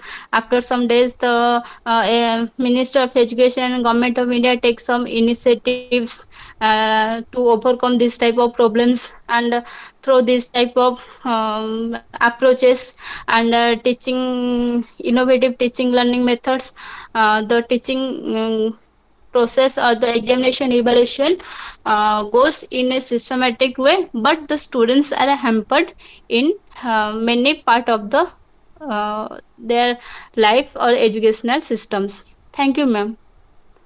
Thank you so much, Kiroti, for wrapping up so nicely within the stipulated time. Thank Ms. you, ma'am. Mamata Kaur from UN College, Adarshpur. Ma'am, are you here? Ms. Mamata Kaur?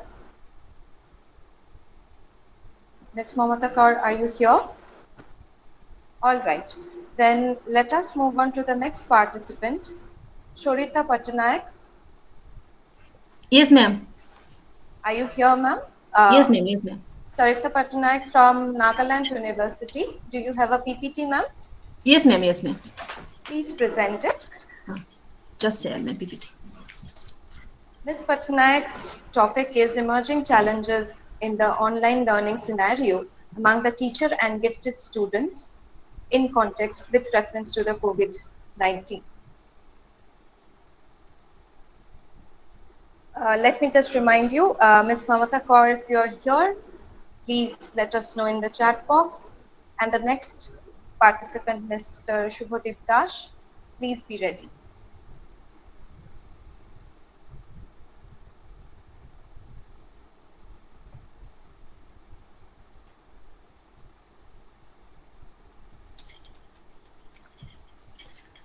Good afternoon, all the dignitaries, respected resource person, principal and staff, Yogoda Satsanga Palpara Mahavidyalaya, and my dear friends. This is my topic, emerging challenges in the online learning scenario among the teacher and gifted students during COVID-19.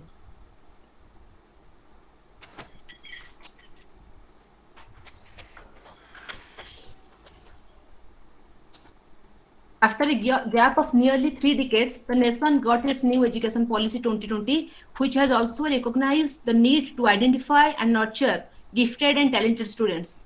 It clearly mentioned in the teacher education will include methods for the recognition and fostering of gifted students talented in interest of the what is my near objectives, what leads to successful online teaching and learning, what are the experience of gifted students and teachers in this type of environment, how do gifted students learn, how do we prepare gifted students for successful online learning. this is my introduction. The new current 19 crisis has obliged most education system to adopt alternatives to face-to-face teaching and learning. Many education system moved activities online to allow instructions to continue despite school closures. Considering the alternatives of no schooling, online schooling has been an important tool to sustain skill development during school closures. Gifted learners and online. The National Association for Gifted Children reminds us we must provide spaces for our students that foster growth and positive social interaction.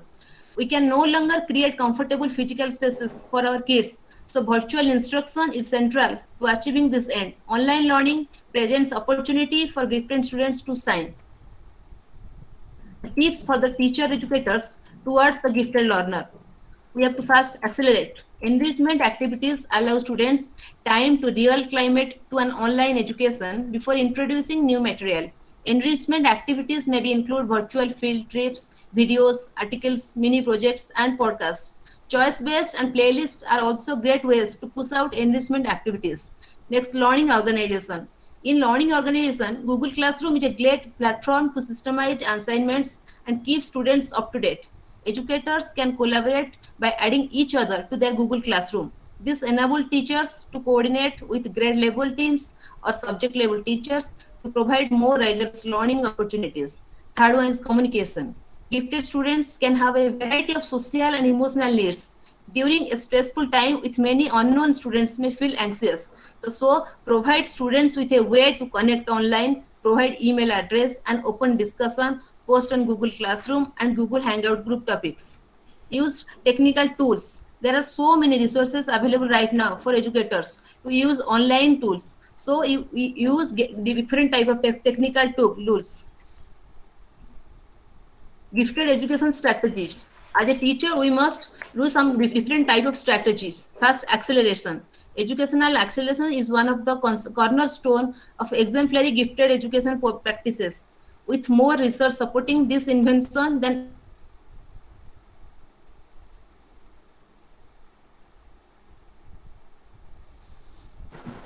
Ms. Patnaik, you are not audible, ma'am.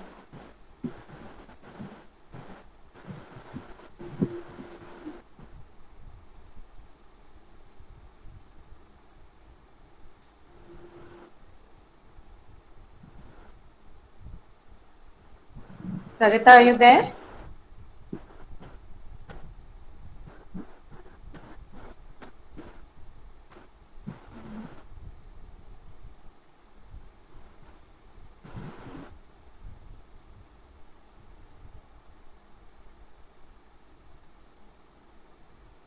Srimoi madam, we can go to the next presenter or the next presenter.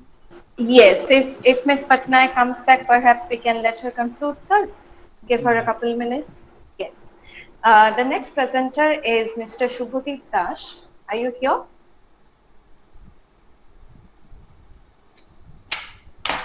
Mr. Shubhadeep Dash, are you here?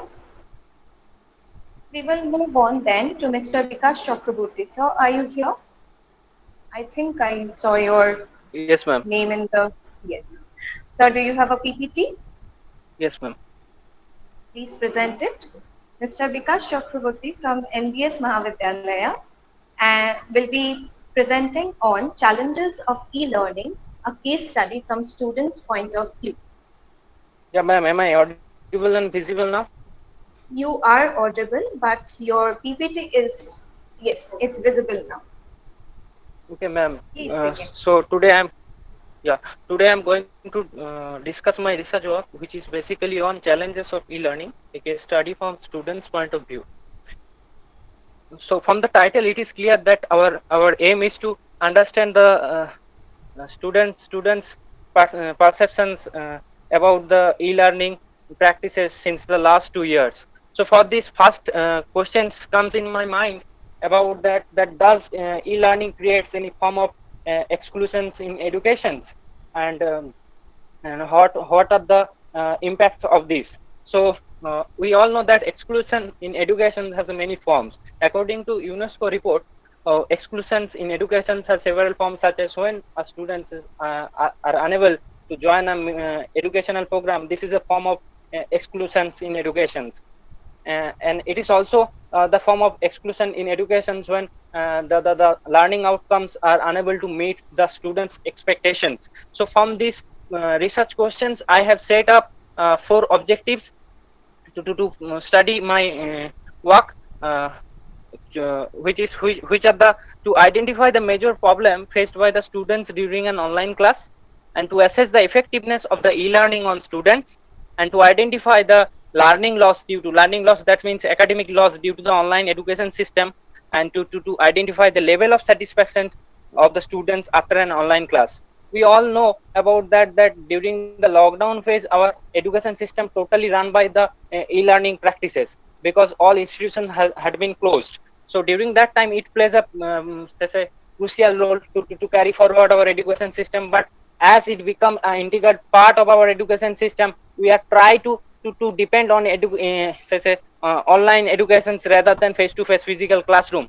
So in this, to fulfill this aforesaid objectives, we have to depend on the primary data collection. So here is my methodology of the paper. So the primary data collections has been done through the questionnaire survey in the form of Google form. We have created a questionnaire and shared in different groups available in the social media, and a face-to-face interactions with the student has been done to understand better way their perceptions regarding the e-learning. And all data has been analyzed statistically in Microsoft Excel, and interpretations and the manuscript has been written.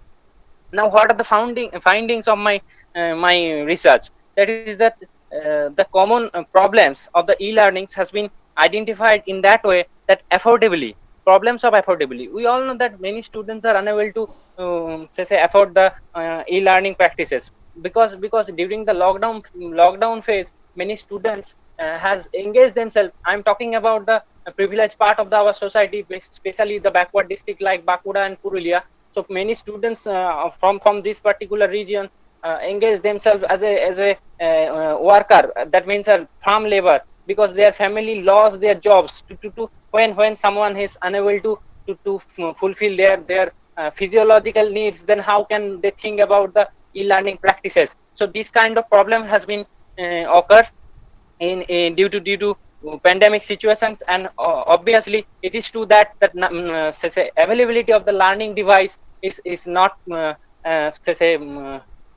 not properly have to the students, because maximum number of students has smartphone, and smartphone has a limited functionality. According to my research responses, 90% student has depend on the smartphone to attend the class. Now the problem of accessibility, we all know that online education, when we talk about the online education system, the first thing which comes in our mind, that is the decent internet speed. Without decent speed of internet we cannot interact with each other, and when the message is not conveyed to the listener, that means the student, when a teachers gives the instruction and students are unable to receive it, then the communication, there is no mean of this communications, because that is not effective.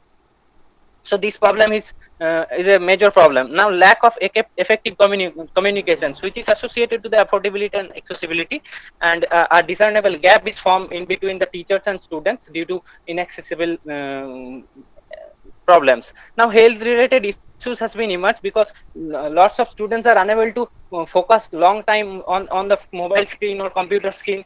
The problems of eyesight, back pain and headache has been emerged for number of students. Now the problems of loss of interest and distraction, it is widely observed, ma'am, that students are logged into the class and they get distracted with other activities when they log into the class and their teachers gives them instructions, and they enjoying the WhatsApp chat or gaming etc programs. So distraction, and they lost the interest.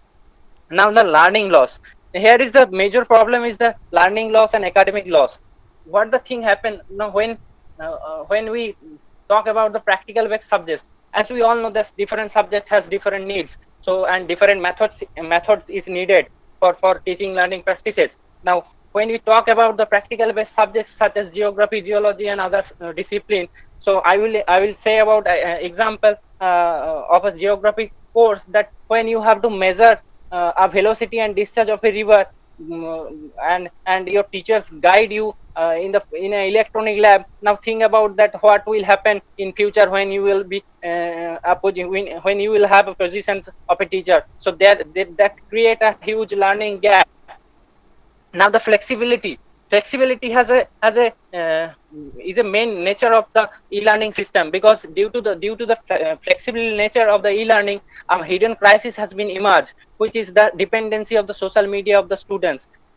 Dependency of the social media of the students has been increased, because 44% of the students state that their teachers are not taking their classes in a specified time.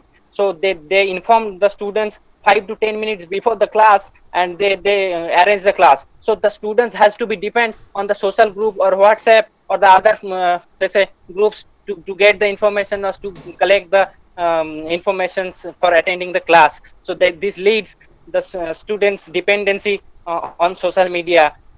According to their responses, I have got an information that maximum number, more than 48% of the students say spending four hours on social media.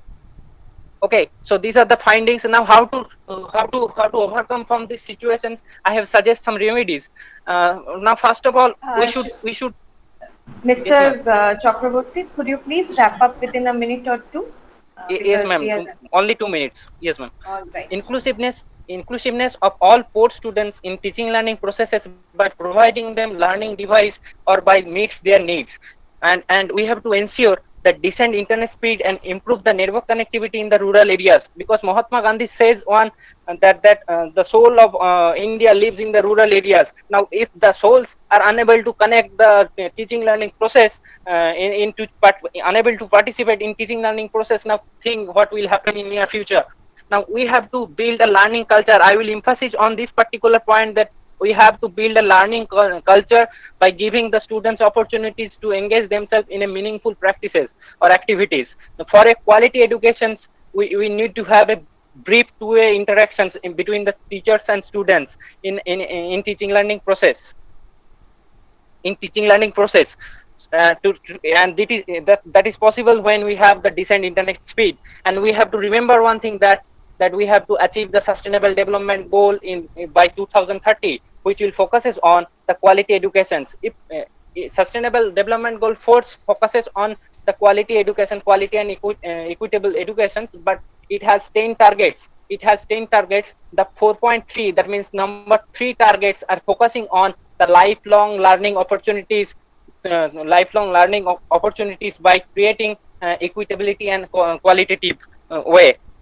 So the teachers should have to take their classes in a specific schedule and continuous observation and monitoring the students to make adjustment as appropriate. Now the teachers should record the live interactive session to share the students they can access it according to their convenience. This will help the students in the form of revisions, and the students have to develop a self-management skill to allow them to build a learning culture. And lastly, we should go for blended mode of learning instead of online class, in which in the combinations of traditional face-to-face learning and online learning help us to achieve the sustainable development goal, which is focuses on the lifelong learning of opportunities. So here we find, in conclusion, I can say that after having a close discussion, we can say that if we go for blended mode, this will help the students having practical based subject, and this will help the students have theoretical based subject, and the teaching learning practices will be more meaningful and fruitful result we will get. Thank you. Thank you, Vikash, for your presentation on this topic. Sir, Dr. Mishra, Shorita is back.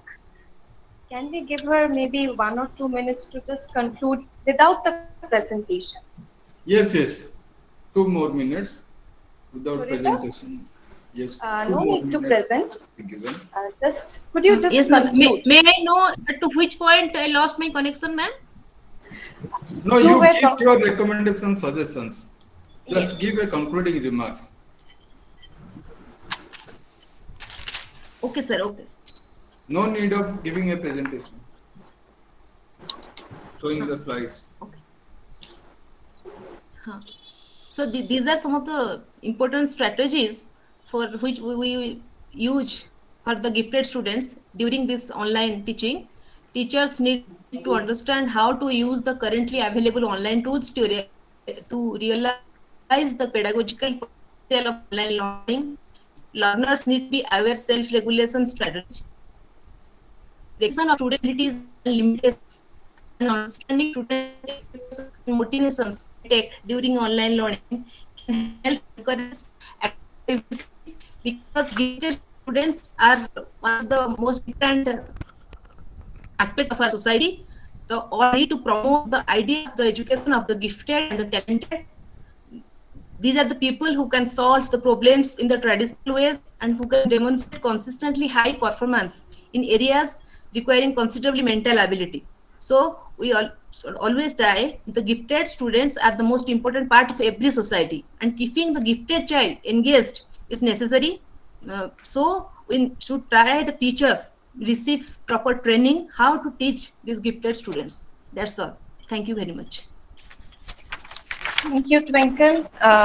Thank you, Shorita. I'm sorry. Thank you, Shorita, for coming back and telling us your concluding thoughts. Dr. Mishra, giving me the opportunity again. Thank you. Of course, we needed to hear you. You left us midway. Dr. Mishra, over to you for the concluding remarks as to how you found this very, very engaging session.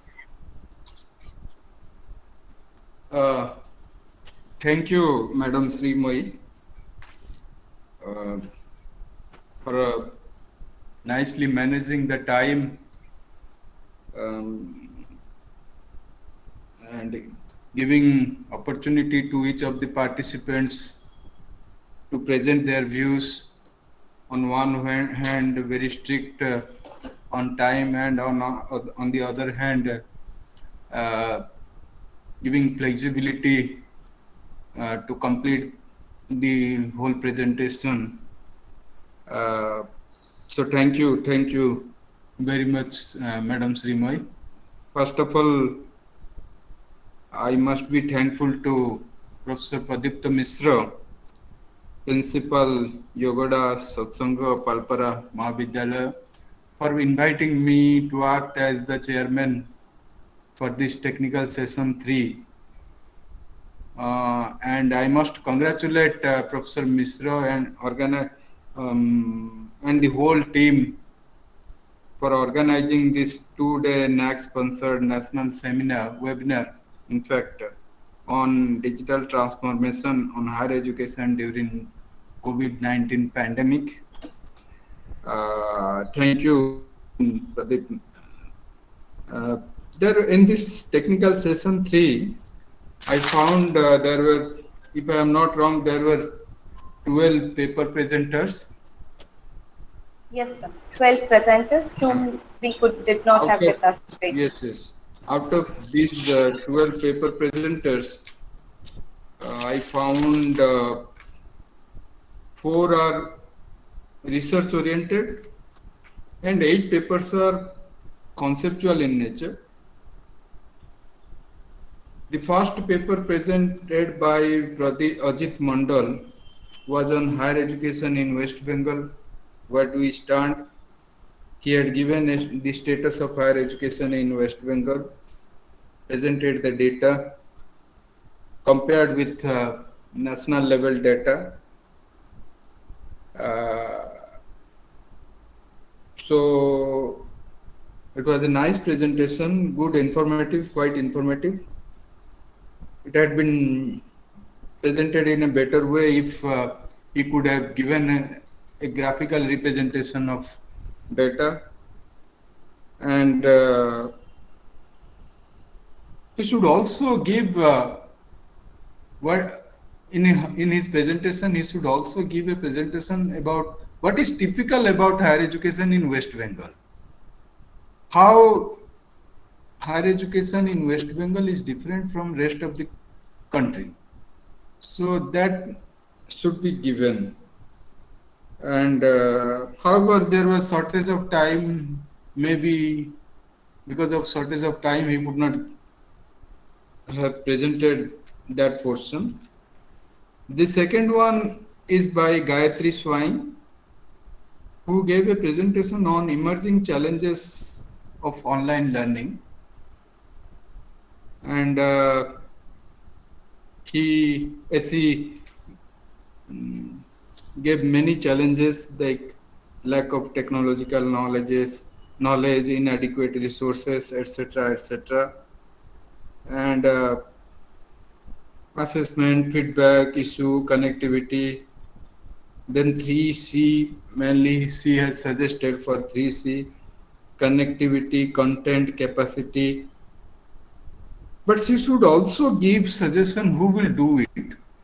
Suggestions for policymakers, suggestions for teachers, suggestions for institutional heads. And she has actually how to give, for example, see, no one should be left behind. In online learning, no one sizable proportion of our higher education students are not getting what is being taught through online learning. And he suggested that no one should be left behind. But how? She should also focus on that. Then number 3 presenter was Bholanath Samanta, who gave a presentation on problems and challenges of rural higher education institution in Paschim Medinipur. Though he said that this is a research-based article, but I found that this is not a research-based article, this is a conceptual paper. He has not collected data, primary data, and in fact, he has also not collected secondary data. He has not given the factual information about Medinipur district, Paschim Medinipur district. It was more of conceptual. He has given problems, political interference, medium of instruction. Medium of instruction. When NEP 2020 and many of past documents says that we should teach in mother tongue, we should go for multilingual education. He has focused on English medium education, contrary to NEP 2020 and many of the past documents. I don't know what is his, how he rationalized his suggestion. Then he also gave some problems without any evidence. For example, culture of corruption. There is no such evidence. Then how can you, as an intellectual, give such a statement that in higher education, particularly in Paschim Medinipur, there is a culture of corruption without any evidence?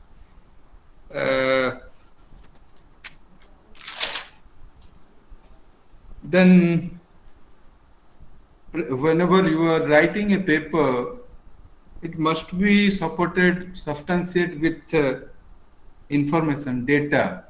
So without data, giving comments, extreme statement is not acceptable in research, educational research in particular.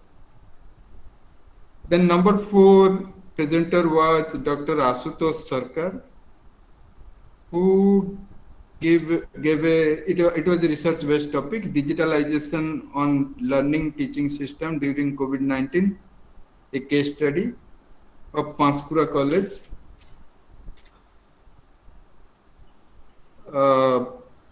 Same question, I have the same question to Dr. Ashutosh Sarkar.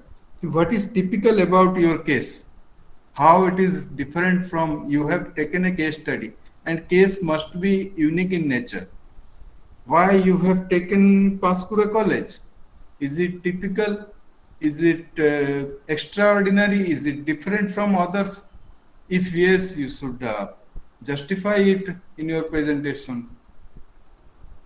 Then number 5, was a conceptual paper presented jointly by Sarita Rani and Mausumi on the topic Digital Sustainability Education. And in their presentation, they talked about ESD, Education for Sustainable Development, and how technology would be helpful for digital sustainability education. So it is also conceptual in nature. They should also cite some examples from their experiences. It could have been better presentation if they could have collected data from primary sources. However, it was a nice presentation. They have given, they have reviewed the literature thoroughly. And number 6 presenter was Mr. Manoj Maiti. That is effect of COVID-19 in women's mental health. And he has given a background about mental health, about women's mental health. Again, some of the comments given in the presentation are not supported with research evidence, and always data should be substantiated. Your comments should be substantiated with data research based, which is research based. And he has also given nice suggestions like one should go for yoga, exercise, physical exercise, etc. for maintaining a sound mental health. The number 7 presenter was Sita Mahanta. It was also again a conceptual paper on the topic online learning challenges in higher education in rural areas.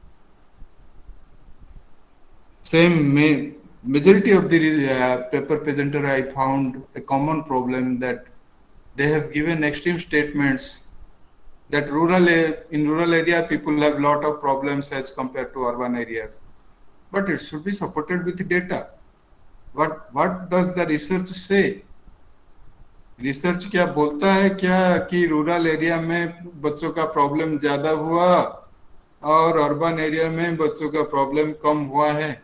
ऐसे होता है तो urban area में university में बच्चे क्यों strike करते कि हमारे एग्जाम ऑनलाइन करो? रूरल एरिया के बच्चे करते स्ट्राइक कि हमारे एग्जाम ऑनलाइन करो. कि सो problem may be there, but it should be supported with evidence. Rural parents are less aware in online learning as compared to urban parents. ये जो आपने स्टेटमेंट देते हो, it must be supported with research. ये आप ऐसे ही बोलने से नहीं होता है in research. While एक ब्लफिंग स्टेटमेंट नहीं देते हैं रिसर्च में, एविडेंस देते हैं किसने बोला है. However, it was a nice presentation. You have focused on rural area, problems related to challenges related to higher education, particularly during COVID-19 in rural areas. The number 8 presenter was Sajjal Roy. It was also a research topic, difficulties faced by college students on your online learning during COVID-19.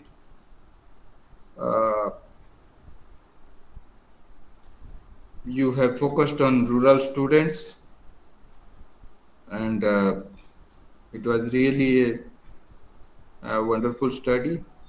But I would like to know about your methodology, about your sample. You have missed it. You have done this conclusion maybe by using a tool which you might have collected data through online. So you might have not used probability sampling. So I wanted you should also give focus on what was your methodology. The number 9 presenter was Pranayani Sahu, which was again a conceptual paper, digital pedagogy during COVID-19. Though it was a conceptual but very thought-provoking, very informative. You started with the merits, demerits of traditional teaching. Then you also discussed about various tools of digital pedagogy like flipped classroom, social media, webinar, workshop, blended learning, online discussion forum, etc., etc. If you go through the NCF 2005 position paper on educational technology, it says that technology substantiate your learning. Technology cannot be a substitute to your learning. So all these technological tools will support your learning. They cannot substitute your physical classroom teaching. That is why nobody has emphatically said that future is about online learning. But UGC has came out with a document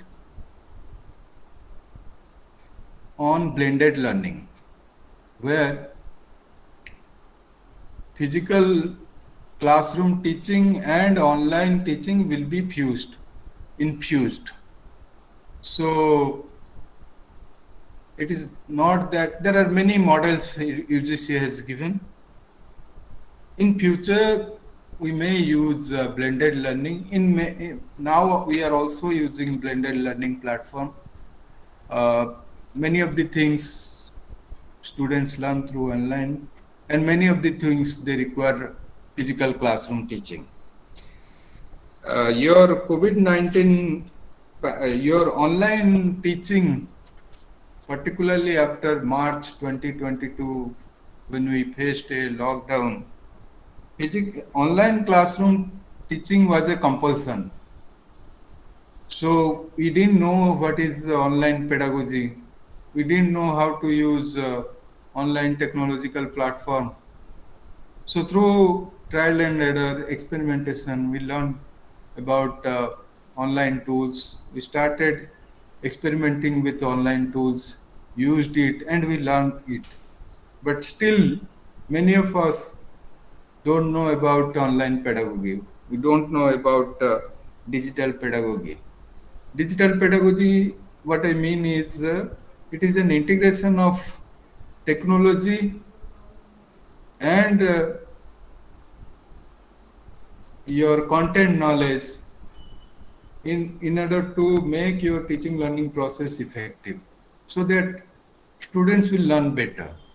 So any integration of technology with content in order to improve learning is your digital pedagogy.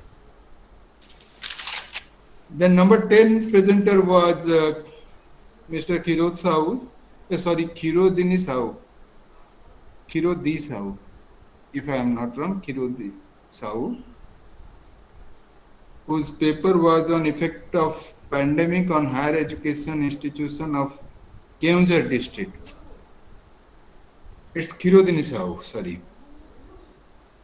And it was also a research-based study. And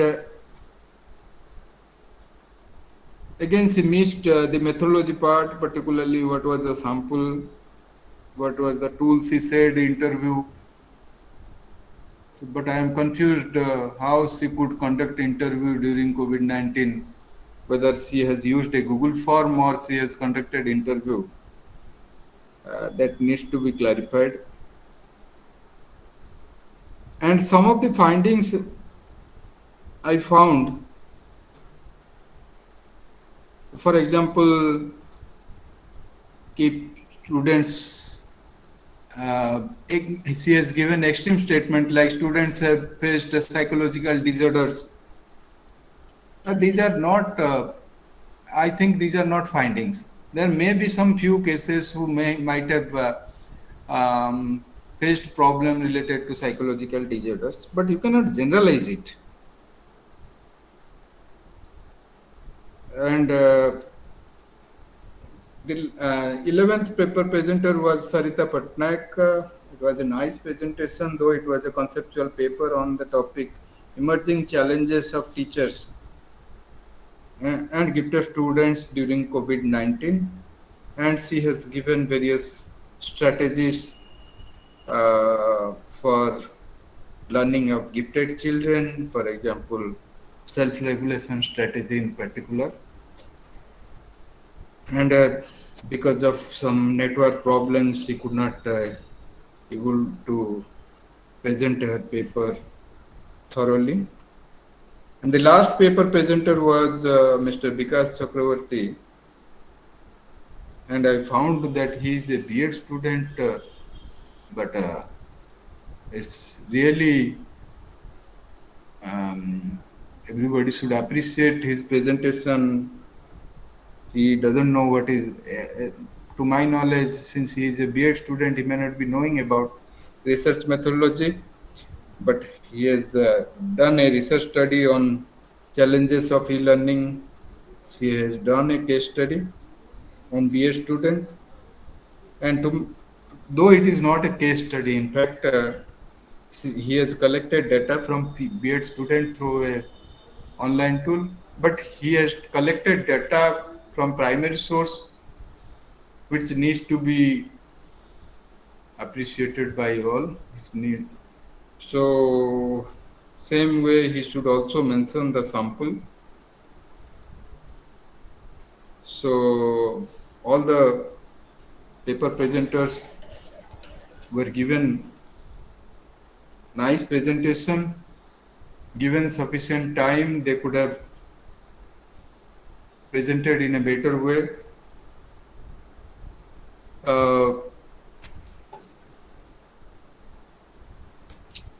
So far as blended learning strategy is concerned,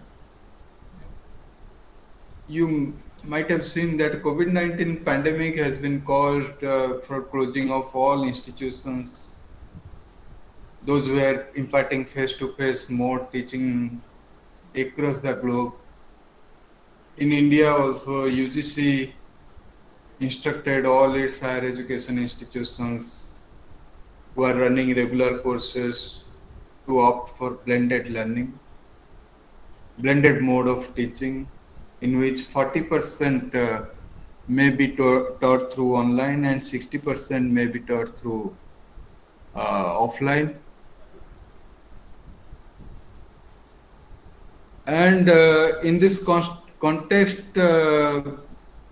there is a need to know about the usage of online strategies. And we must empower our teachers, our students to create a blend of both online and offline mode of course delivery. So this type of workshop, more and more such webinars, seminars need to be organized. Through this pandemic, we have lost many things. We faced many problems. But this pandemic has also given us a lot of opportunities to learn, to experiment with a number of possibilities. It has given us opportunities to explore the alternatives. So, alternatives of learning. We have earlier we were banking upon physical mode of learning. Now we have many options. You have given presentation, many options. We have discussion forum. We have social networking. We have number of other tools, modules, web platforms, number of assessment tools. So this pandemic had given us these opportunities to experiment with them. So as a research scholar, as a faculty member, as an educational administrator, as a policymaker, at our level, we must experiment with alternative strategies in order to strengthen the blended learning, because holistic learning cannot be possible only through physical mode of classroom teaching. So once again, I extend my thankfulness to the organizer for inviting me to act as chairperson, and I am also thankful to all the paper presenters for enlightening me about different dynamics of uh, digital pedagogy and online learning. So thank you all once again. Thank you so much, sir, for the detailed, very, very detailed feedback. You took up each presentation individually and pointed out all the everything they could have done better and the merits of their presentations as well. I hope the presenters were present to take his feedback, and I hope they will incorporate it further in their research career and also in their papers. Um, Thank you to all the presenters and our colleagues and dignitaries and guests for staying with us for so long. And now I will invite just for a few minutes or 2 minutes maybe, our principal sir to just deliver the closing remarks for today. Sir? Thank you, Srimay Madam. Really, this was very enlightening session for all of us. Really, actually, there is scope for learning. Every position is learning platform for us, and I am congratulating the paper presenters out of their knowledge, out of their experience.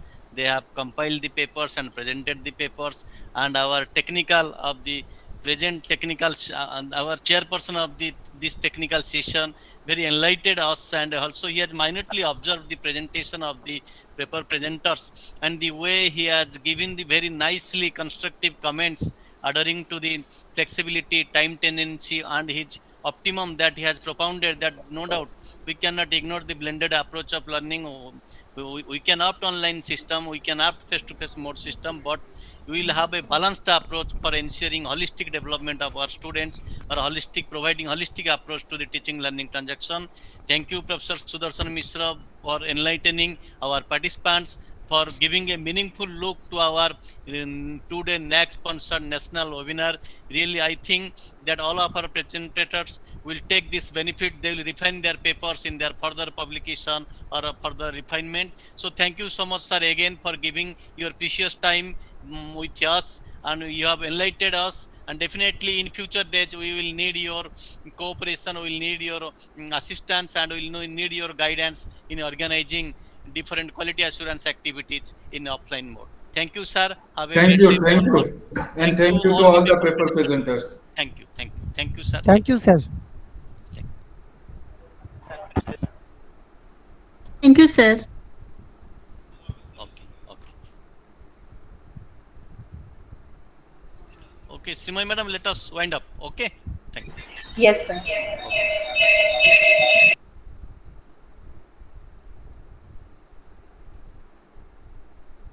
Thank you everyone for being here today. You are free to leave the meeting. Okay, madam, I will conclude.